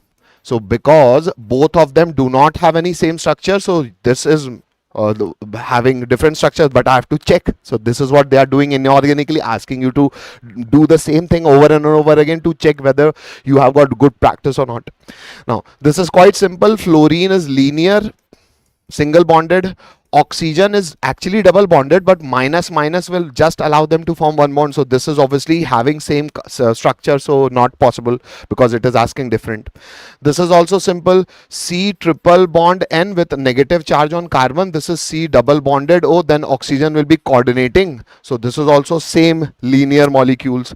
Ammonia, we have just seen SO3 2 minus, because ammonia is the classic case of the molecule having trigonal pyramidal geometry. But water is a bent molecule, but this is hydronium ion. So oxygen losing that one electron will just be left with 5 electrons, so 1 lone pair and 3 bond pair. So sir, it is also like ammonia as per structure is concerned, because structure is same, so not an answer. Now this last is MnO4 minus. So manganese, again a D block logic, so double bonded O, double bonded O, double bond, okay, single bonded because 2 minus, O minus and O minus. So this is manganate ion, classic tetrahedral structure, and chromate ion CrO4 2 minus. So this is also classic tetrahedral structure. So because both are also having same structure, so all of them have same structure except A. So option 1 will be your right answer. Sir, if we have same shape is enough. हाँ बेटा, मतलब Sai Kumar Reddy, they were only asking you to tell us that option which is having different structure. All the one have same structures. You can obviously take help of the options also. You will be taking less time to attempt such a question. Moving to the next one. Now again a question from organic chemistry. The question says alcohol. Now this is an alcohol. What alcohol, sir? This is precisely a 2 degree alcohol. So with heated copper you are going to oxidize this to ketone. So this is acetone. No, obviously we have answered this. And this alcohol when reacts with acid in acidic medium, sir, this is classic esterification. Alcohol gives H, carboxylic acid gives OH. So what you will be forming, this O, but then formation of ester. So this C double bonded O, then CH3. So this ester will be produced. Obviously a simple esterification question. Moving to the easy. Organic was very doable, beta. So ketone and ester. Now next question is 2-methyl propene is added into a solvent. Okay, so 2-methyl propene, what is it, sir? Propene is 3 carbon, and at second carbon I am having a methyl branch. Now this solute is added to solvent. Solvent is mixture of this and this. Okay, so solvent is an organic mixture. Okay, and RF, okay, retardation factor is given. So sir, this is a question from POAC. What is retardation factor? If you just inside a cylinder or inside a vessel you put a solvent, and then what you rather do, you take a paper strip and cover it up with a solid adsorbent which allow the flow of solvent into it. Now as soon as the adsorbent starts to climb up, starts to move up. But why? Because this adsorbent is allowing the solvent to move. So who will rather move to a highest extent? Sir, solvent. Let's say this is the level to which solvent has moved, because solvent is a liquid state species, so it will be moving at a greater extent. But whatever solute you will be having, the solute will be getting up, but because of the extent of adsorption, the solute will, let's say, it will just is able to reach at this height. So this height will be the height that is attained by solute, and that is the height that is attained by the solvent from the baseline. And that ratio is called as retardation factor, which is, let's say this value is x and let's say this value is y. So this x upon y will be our retardation factor. Now, how can you say, sir, extent of adsorption, how to decide? Because this solute is having, no polarity. So it is highly non-polar molecule. So can't you say it will have very weak level of adsorption or weak extent of adsorption? Because adsorption is weak, therefore whatever height it has acquired will be less, because attraction force is weak. Now, height acquired will be more. Okay, I beg your pardon. Height acquired will be more. More than what? Sir, if I have a solute which is polar, then the polar solute will also have a larger extent of getting adsorbed to the adsorbent. So that polar molecule will be moving lesser distance because it is getting more attracted, because it is polar, attracted with the solvent. And let's say it just, because of its more attraction, it has just reached till this level. So obviously its height will be less. This x dash will be less. So instead of x, I will put that x dash. So retardation factor will be coming lesser, but only when this solute turns into a polar solute. So what we are subjecting to this 2-methyl propene, the question says, if the same 2-methyl propene is reacted with dilute H2SO4. Sir, dilute H2SO4 is acidic hydration. So first H plus will go, carbocation will come over here, and carbocation will be getting OH from water, leading to the formation of alcohol, which is able to do not strong bond but hydrogen bond with the solvent, because solvent are these. And with ether also having oxygen, with ester also having oxygen, the carbonyl group, this can easily form strong attraction due to hydrogen bonding. And because I form strong attraction, so I will be stopped beforehand, so I will be reaching lesser height, so my retardation factor will be less. Now, very good question. Now, what was the initial value? 0.42. So do you find any retardation factor less than 0.42? This is equal, this is more, only one option. A beautiful answer. Yes. Sometimes without doing this much of common sense, you can see that's a reaction is happening. Molecule is getting changed. Only one option is lesser than. So odd one out can also give you an answer. Sir, can you please put a video, video on stepwise mark versus percentile? Venkat, just with the end of this examination, we'll be definitely coming out, because that percentile we can only have a reference, assurance, I mean a bit of predictability once we see the whole paper. Hai na? Chalo. Moving to, okay, only I have one question left with me. Moving to the next question, which says the correct order of magnitude of work done in the following cases. So this is just a graphical question, rather not a very typical question where you just put in the values. A basic common sense you have to apply. So there are two cases of expansion and two cases of compression. Expansion, it is saying multiple step. So let us do expansion. What is expansion, sir? Expansion is you try to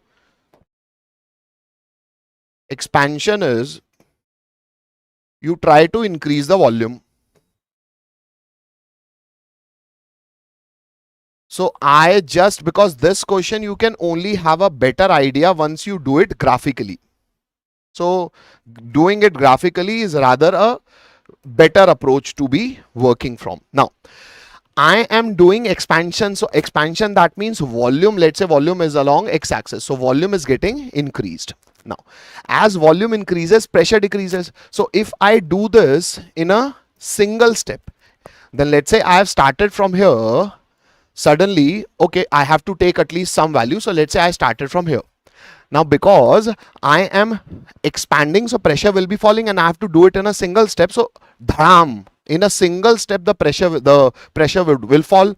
It will reach from value P1 to the final value P2, and then expansion will take place. So, what is the area occupied? This much. Now, what is the area occupied by PV graph will give you the work. I hope everybody is clear with this now.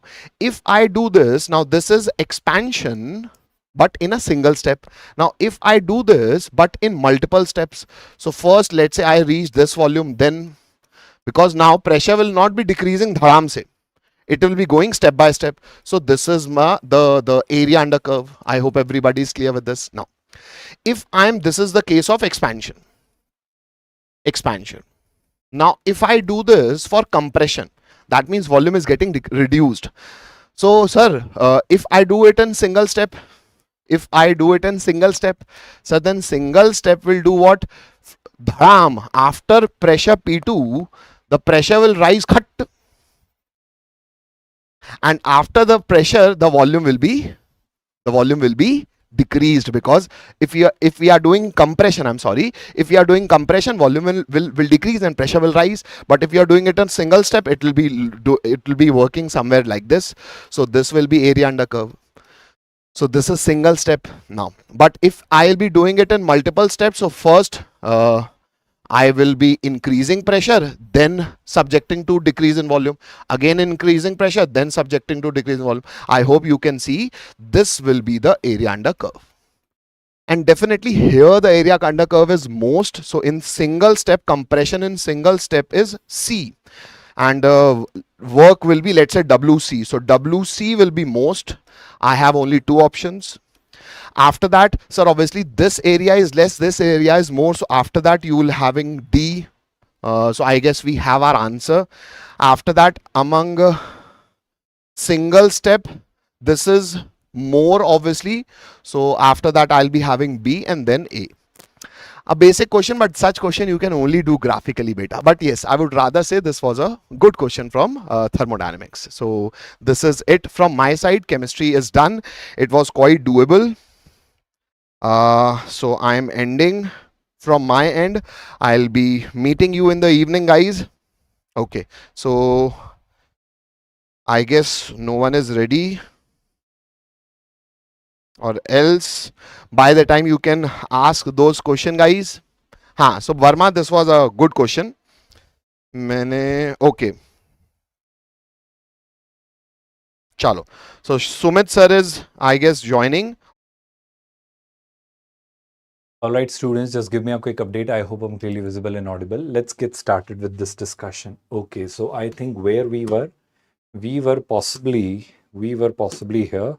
I think this question got discussed. Then I think we did discuss this as well. Alpha plus beta is also discussed. I think we were on this also got discussed. I think we were here. Okay, so let us get started with this question. I hope again a simple one. Just pay attention to this part. Okay. P and Q lie on a parabola. Y square is equals to 12x. So y square is equals to 4 into 3x. So I can take a point parametrically as, because A is 3. So 80 square comma 280. So 3t square comma 60. Parametrically any point can be taken like that.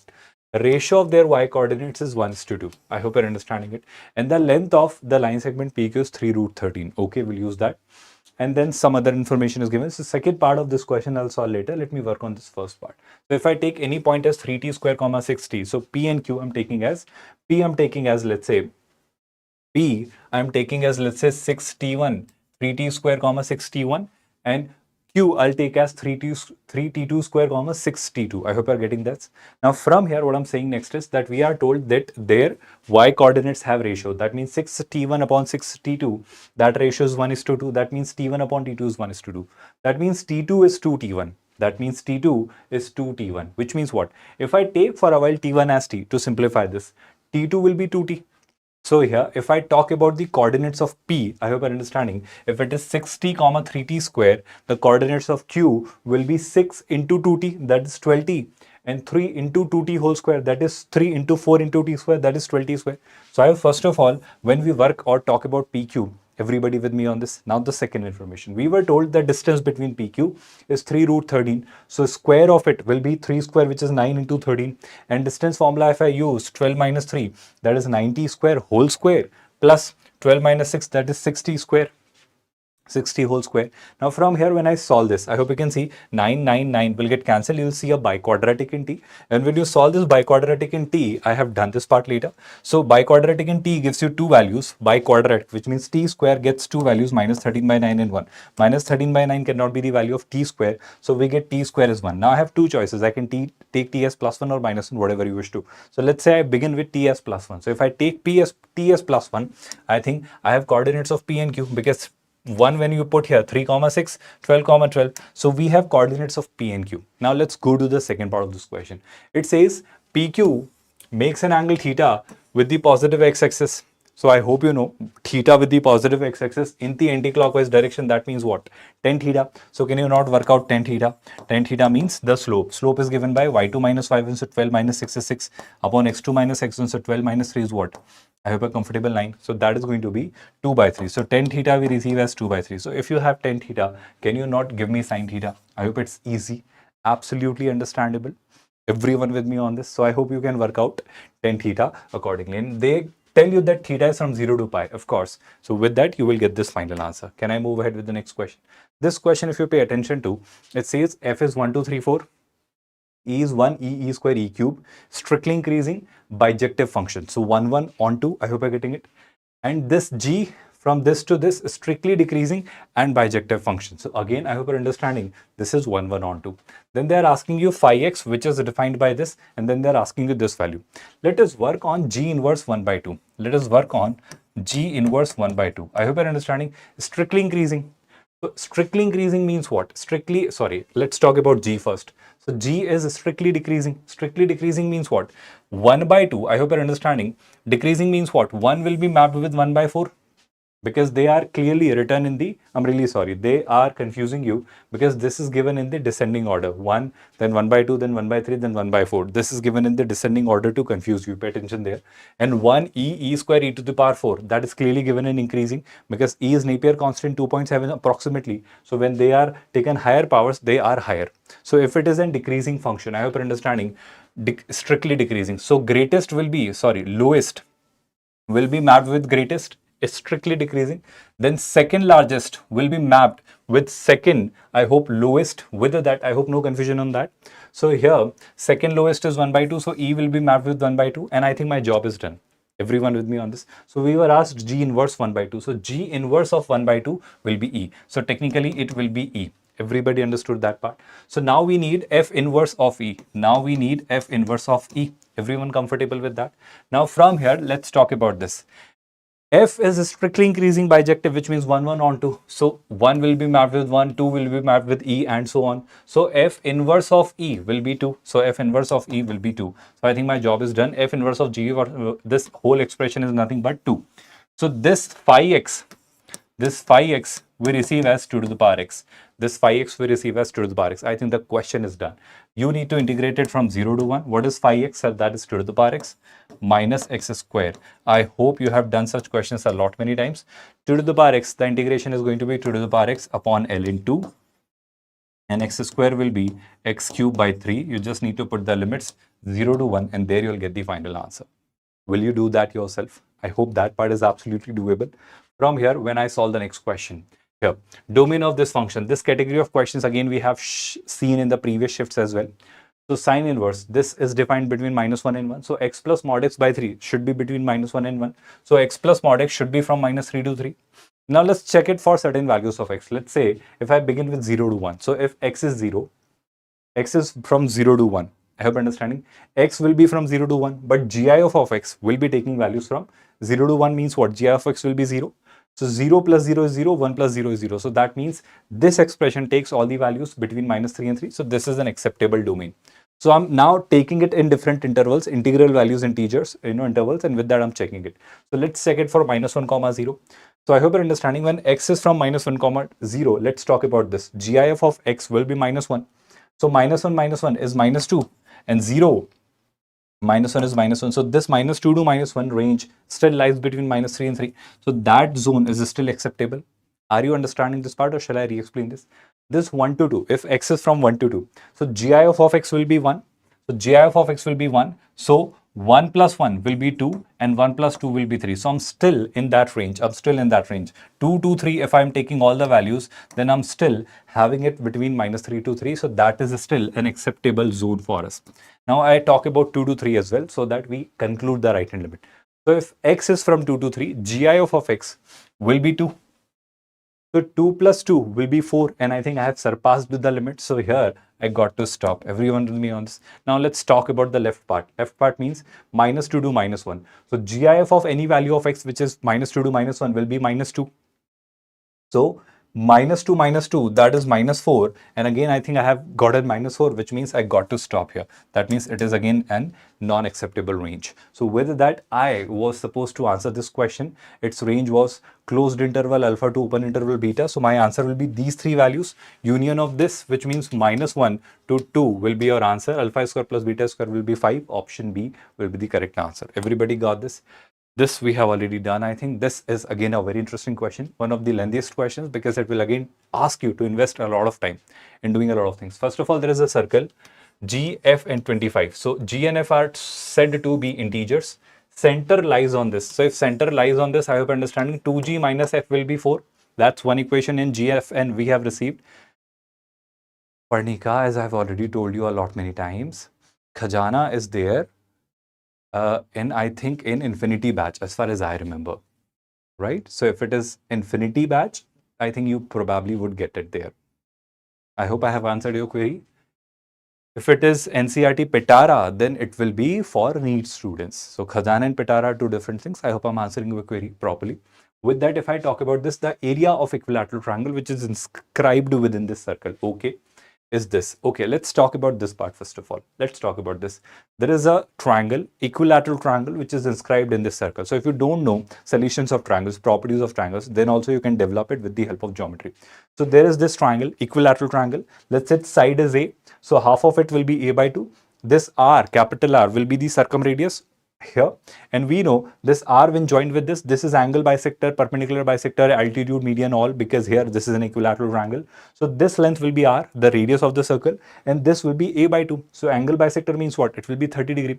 So cos 30 will be base upon hypotenuse. So cos 30 is root 3 by 2 base upon hypotenuse. So with that, I establish a relationship between A and R, which is root 3R. A is root 3R, which means the side of equilateral triangle is equal to root 3 times the radius of the circle. Did you all get that? Now from here, we were told that the area of this equilateral triangle, which is 27 root 3, is equals to, for equilateral triangle, we know root 3 by 4 A square.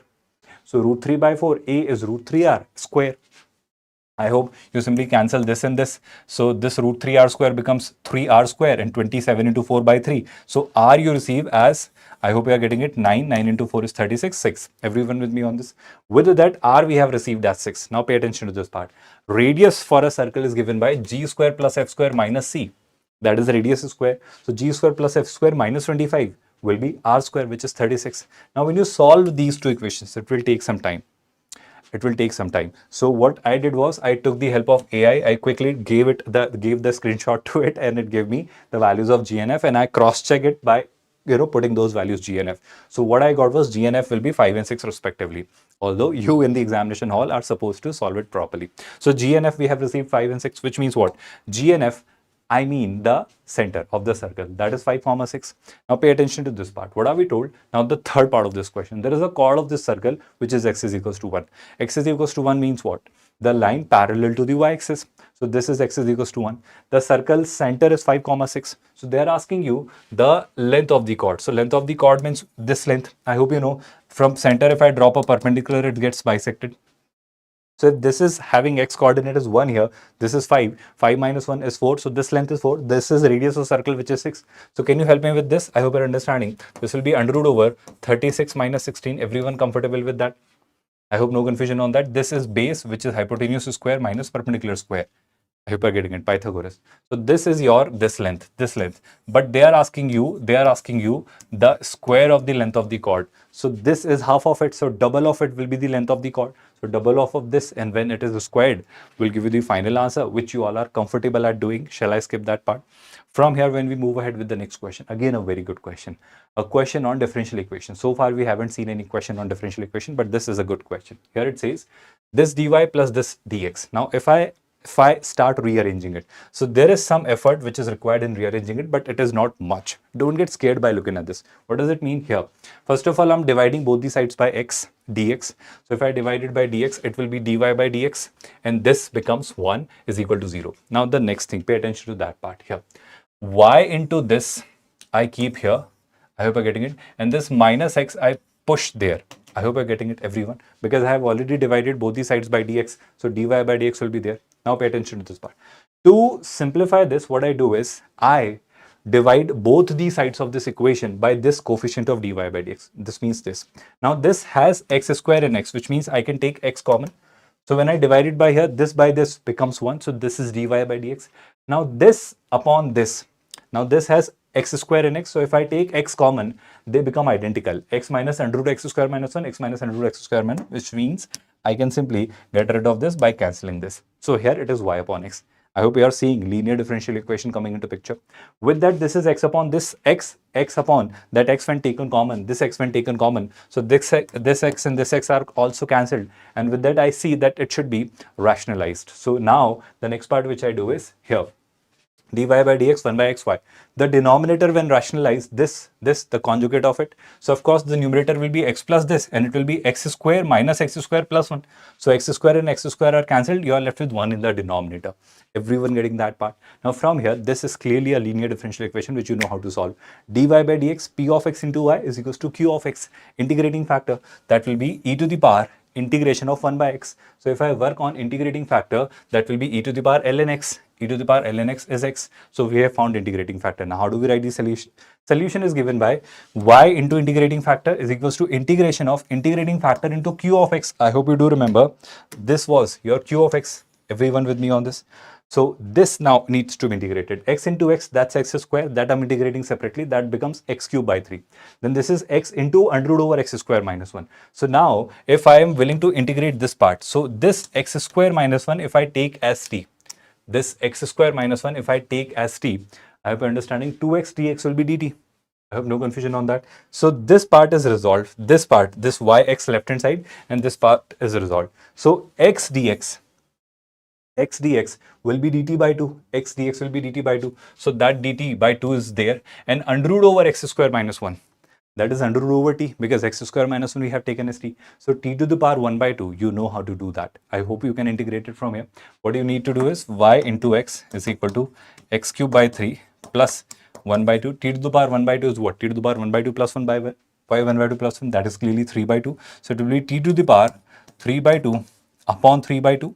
So that becomes, I hope you're understanding, this becomes 1 by 3. Comfortably understanding this. And what was t? So t was x square minus 1. So t was x square minus 1. If I take this 3 and this 3 to the other side, of course, I'll have a c as well. So that this 3 and this 3 when taken there, 3xy is equal to x cube plus x square minus 1 to the power 3 by 2 plus 3c, but I'm still keeping it as c because that is the constant of integration. Now, I hope you're given y1 is as 1. So if you're given y1 as 1, I hope you know what to do next. I hope you clearly know what to do next. Y1 as 1 means what? Y and x both should be replaced by 1 so that you can get c. So this whole becomes 0. This is 1, this is 3. So 3 minus 1 is 2. So we get c as 2. I hope no confusion on that. Now what are you asked? Y root 5, which means x should be replaced by root 5. So when x is replaced by root 5, this is 3 root 5. This is 3 root 5. Its GIF is asked, we'll work that out later. 3 root 5, root 5 cube. Okay, so that's great. Root 5 cube is, I think 5 root 5. So this is 5 root 5. And there it is root 5 square, which is 5 minus 1, 4. So this will be 4 to the power 3 by 2. I hope you're understanding. 4 square root is 2. 2 to the power 3 is 8. And this has a y as well. So now you got to do that calculation by yourself. Some rationalization will be required. And with that, when you do that final calculation, you will get an approximate value of y. and that approximate value of y, approximate value, you need not get the exact value. You need to take its GIF. Once you crack the approximate value of y, you can take its GIF. I hope that part is absolutely doable. So yes, lengthy this paper was. My final verdict will be the paper was lengthy, acceptable. Tough or moderate, but compared to the previous shifts, so far whatever shifts were given, based on them, yes, it was tougher from them. So let me see, whoever is available will take you further. So great, I am ending it now. Sumit sir will join and he'll take you towards the rest part of your syllabus or the section. Great. So Sumit sir will be joining. Hello students. Last two questions of physics. Let us solve them quickly. A solid uniform sphere of mass m, radius r, initially rotates with an angular speed of 2000 revolutions per minute. If it stops in 10 seconds, okay, when subjected to some constant it should be, some constant retarding force, okay, there is some retarding torque, it means that is constant, it means my alpha is constant. Then find the number of revolutions and magnitude of torque. Let us find first alpha. We know omega, final velocity is equals to initial velocity plus acceleration into time. V is equals to u plus at, similar formula in the rotational world. Now finally it stops 0, omega naught plus alpha t. So alpha comes out to be minus omega naught divided by t. What is omega? This is 2000 revolutions per minute. So let us convert this to radian per second. So these many revolutions per second into 2 pi. These many radians per second divided by time. Time is 10. So divided by 10. 1020. Okay, this got cancelled. Now 2 into 3. So this is a 20 pi divided by 3. Alpha comes out to be minus 20 pi divided by 3. This is my alpha. Now what will be the torque? Tau is equals to I alpha. I alpha. Okay. What is I? This is a uniform solid sphere 2 by 5 mr square. So 2 by 5. What is the mass? Mass is m, radius is r. M r square into alpha 20 pi by 3.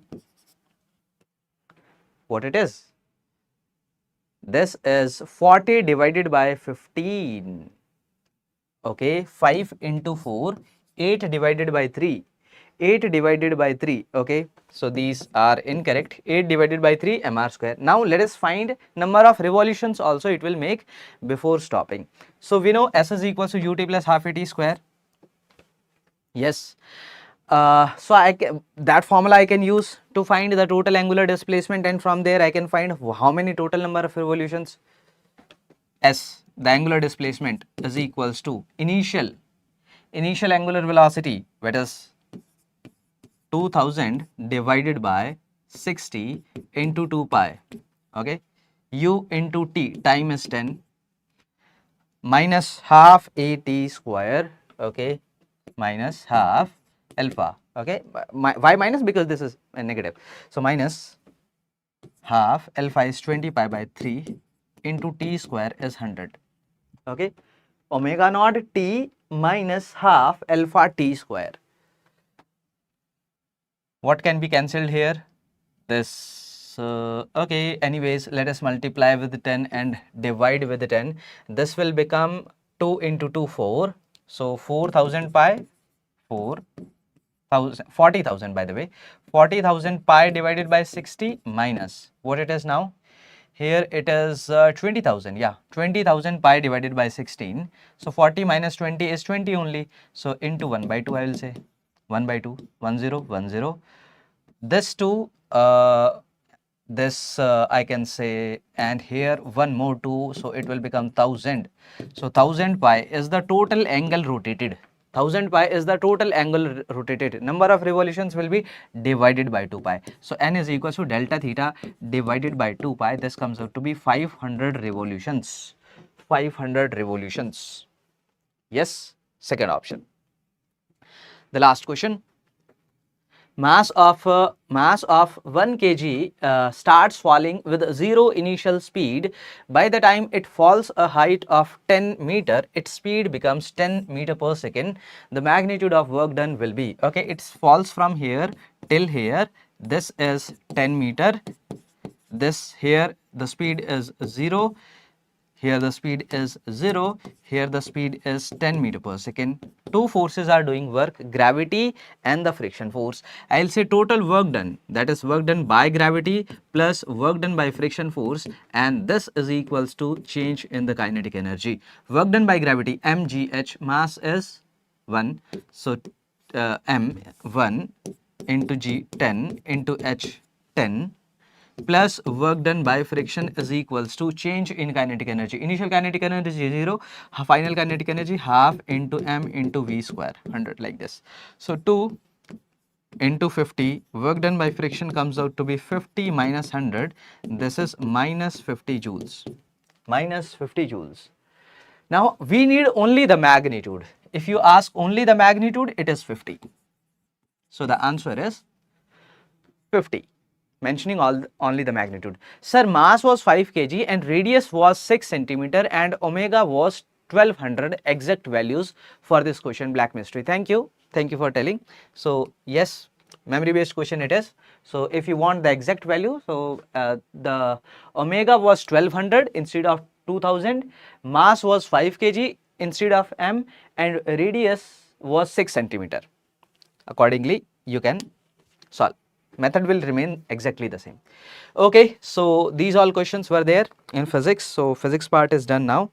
Now let us see if we have some questions on chemistry.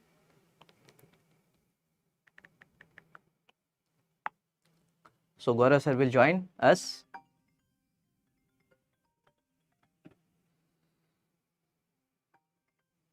Hello. No. Gaurav sir, just a minute. I'm waiting for response of Gaurav sir.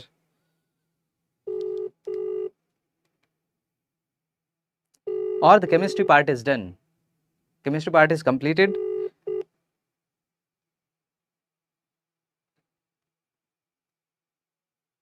I don't know.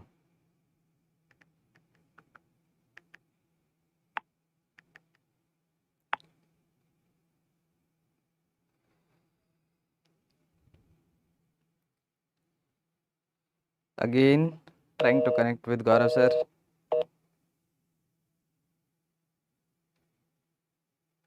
Okay, I think the sir, what do you think about today's paper?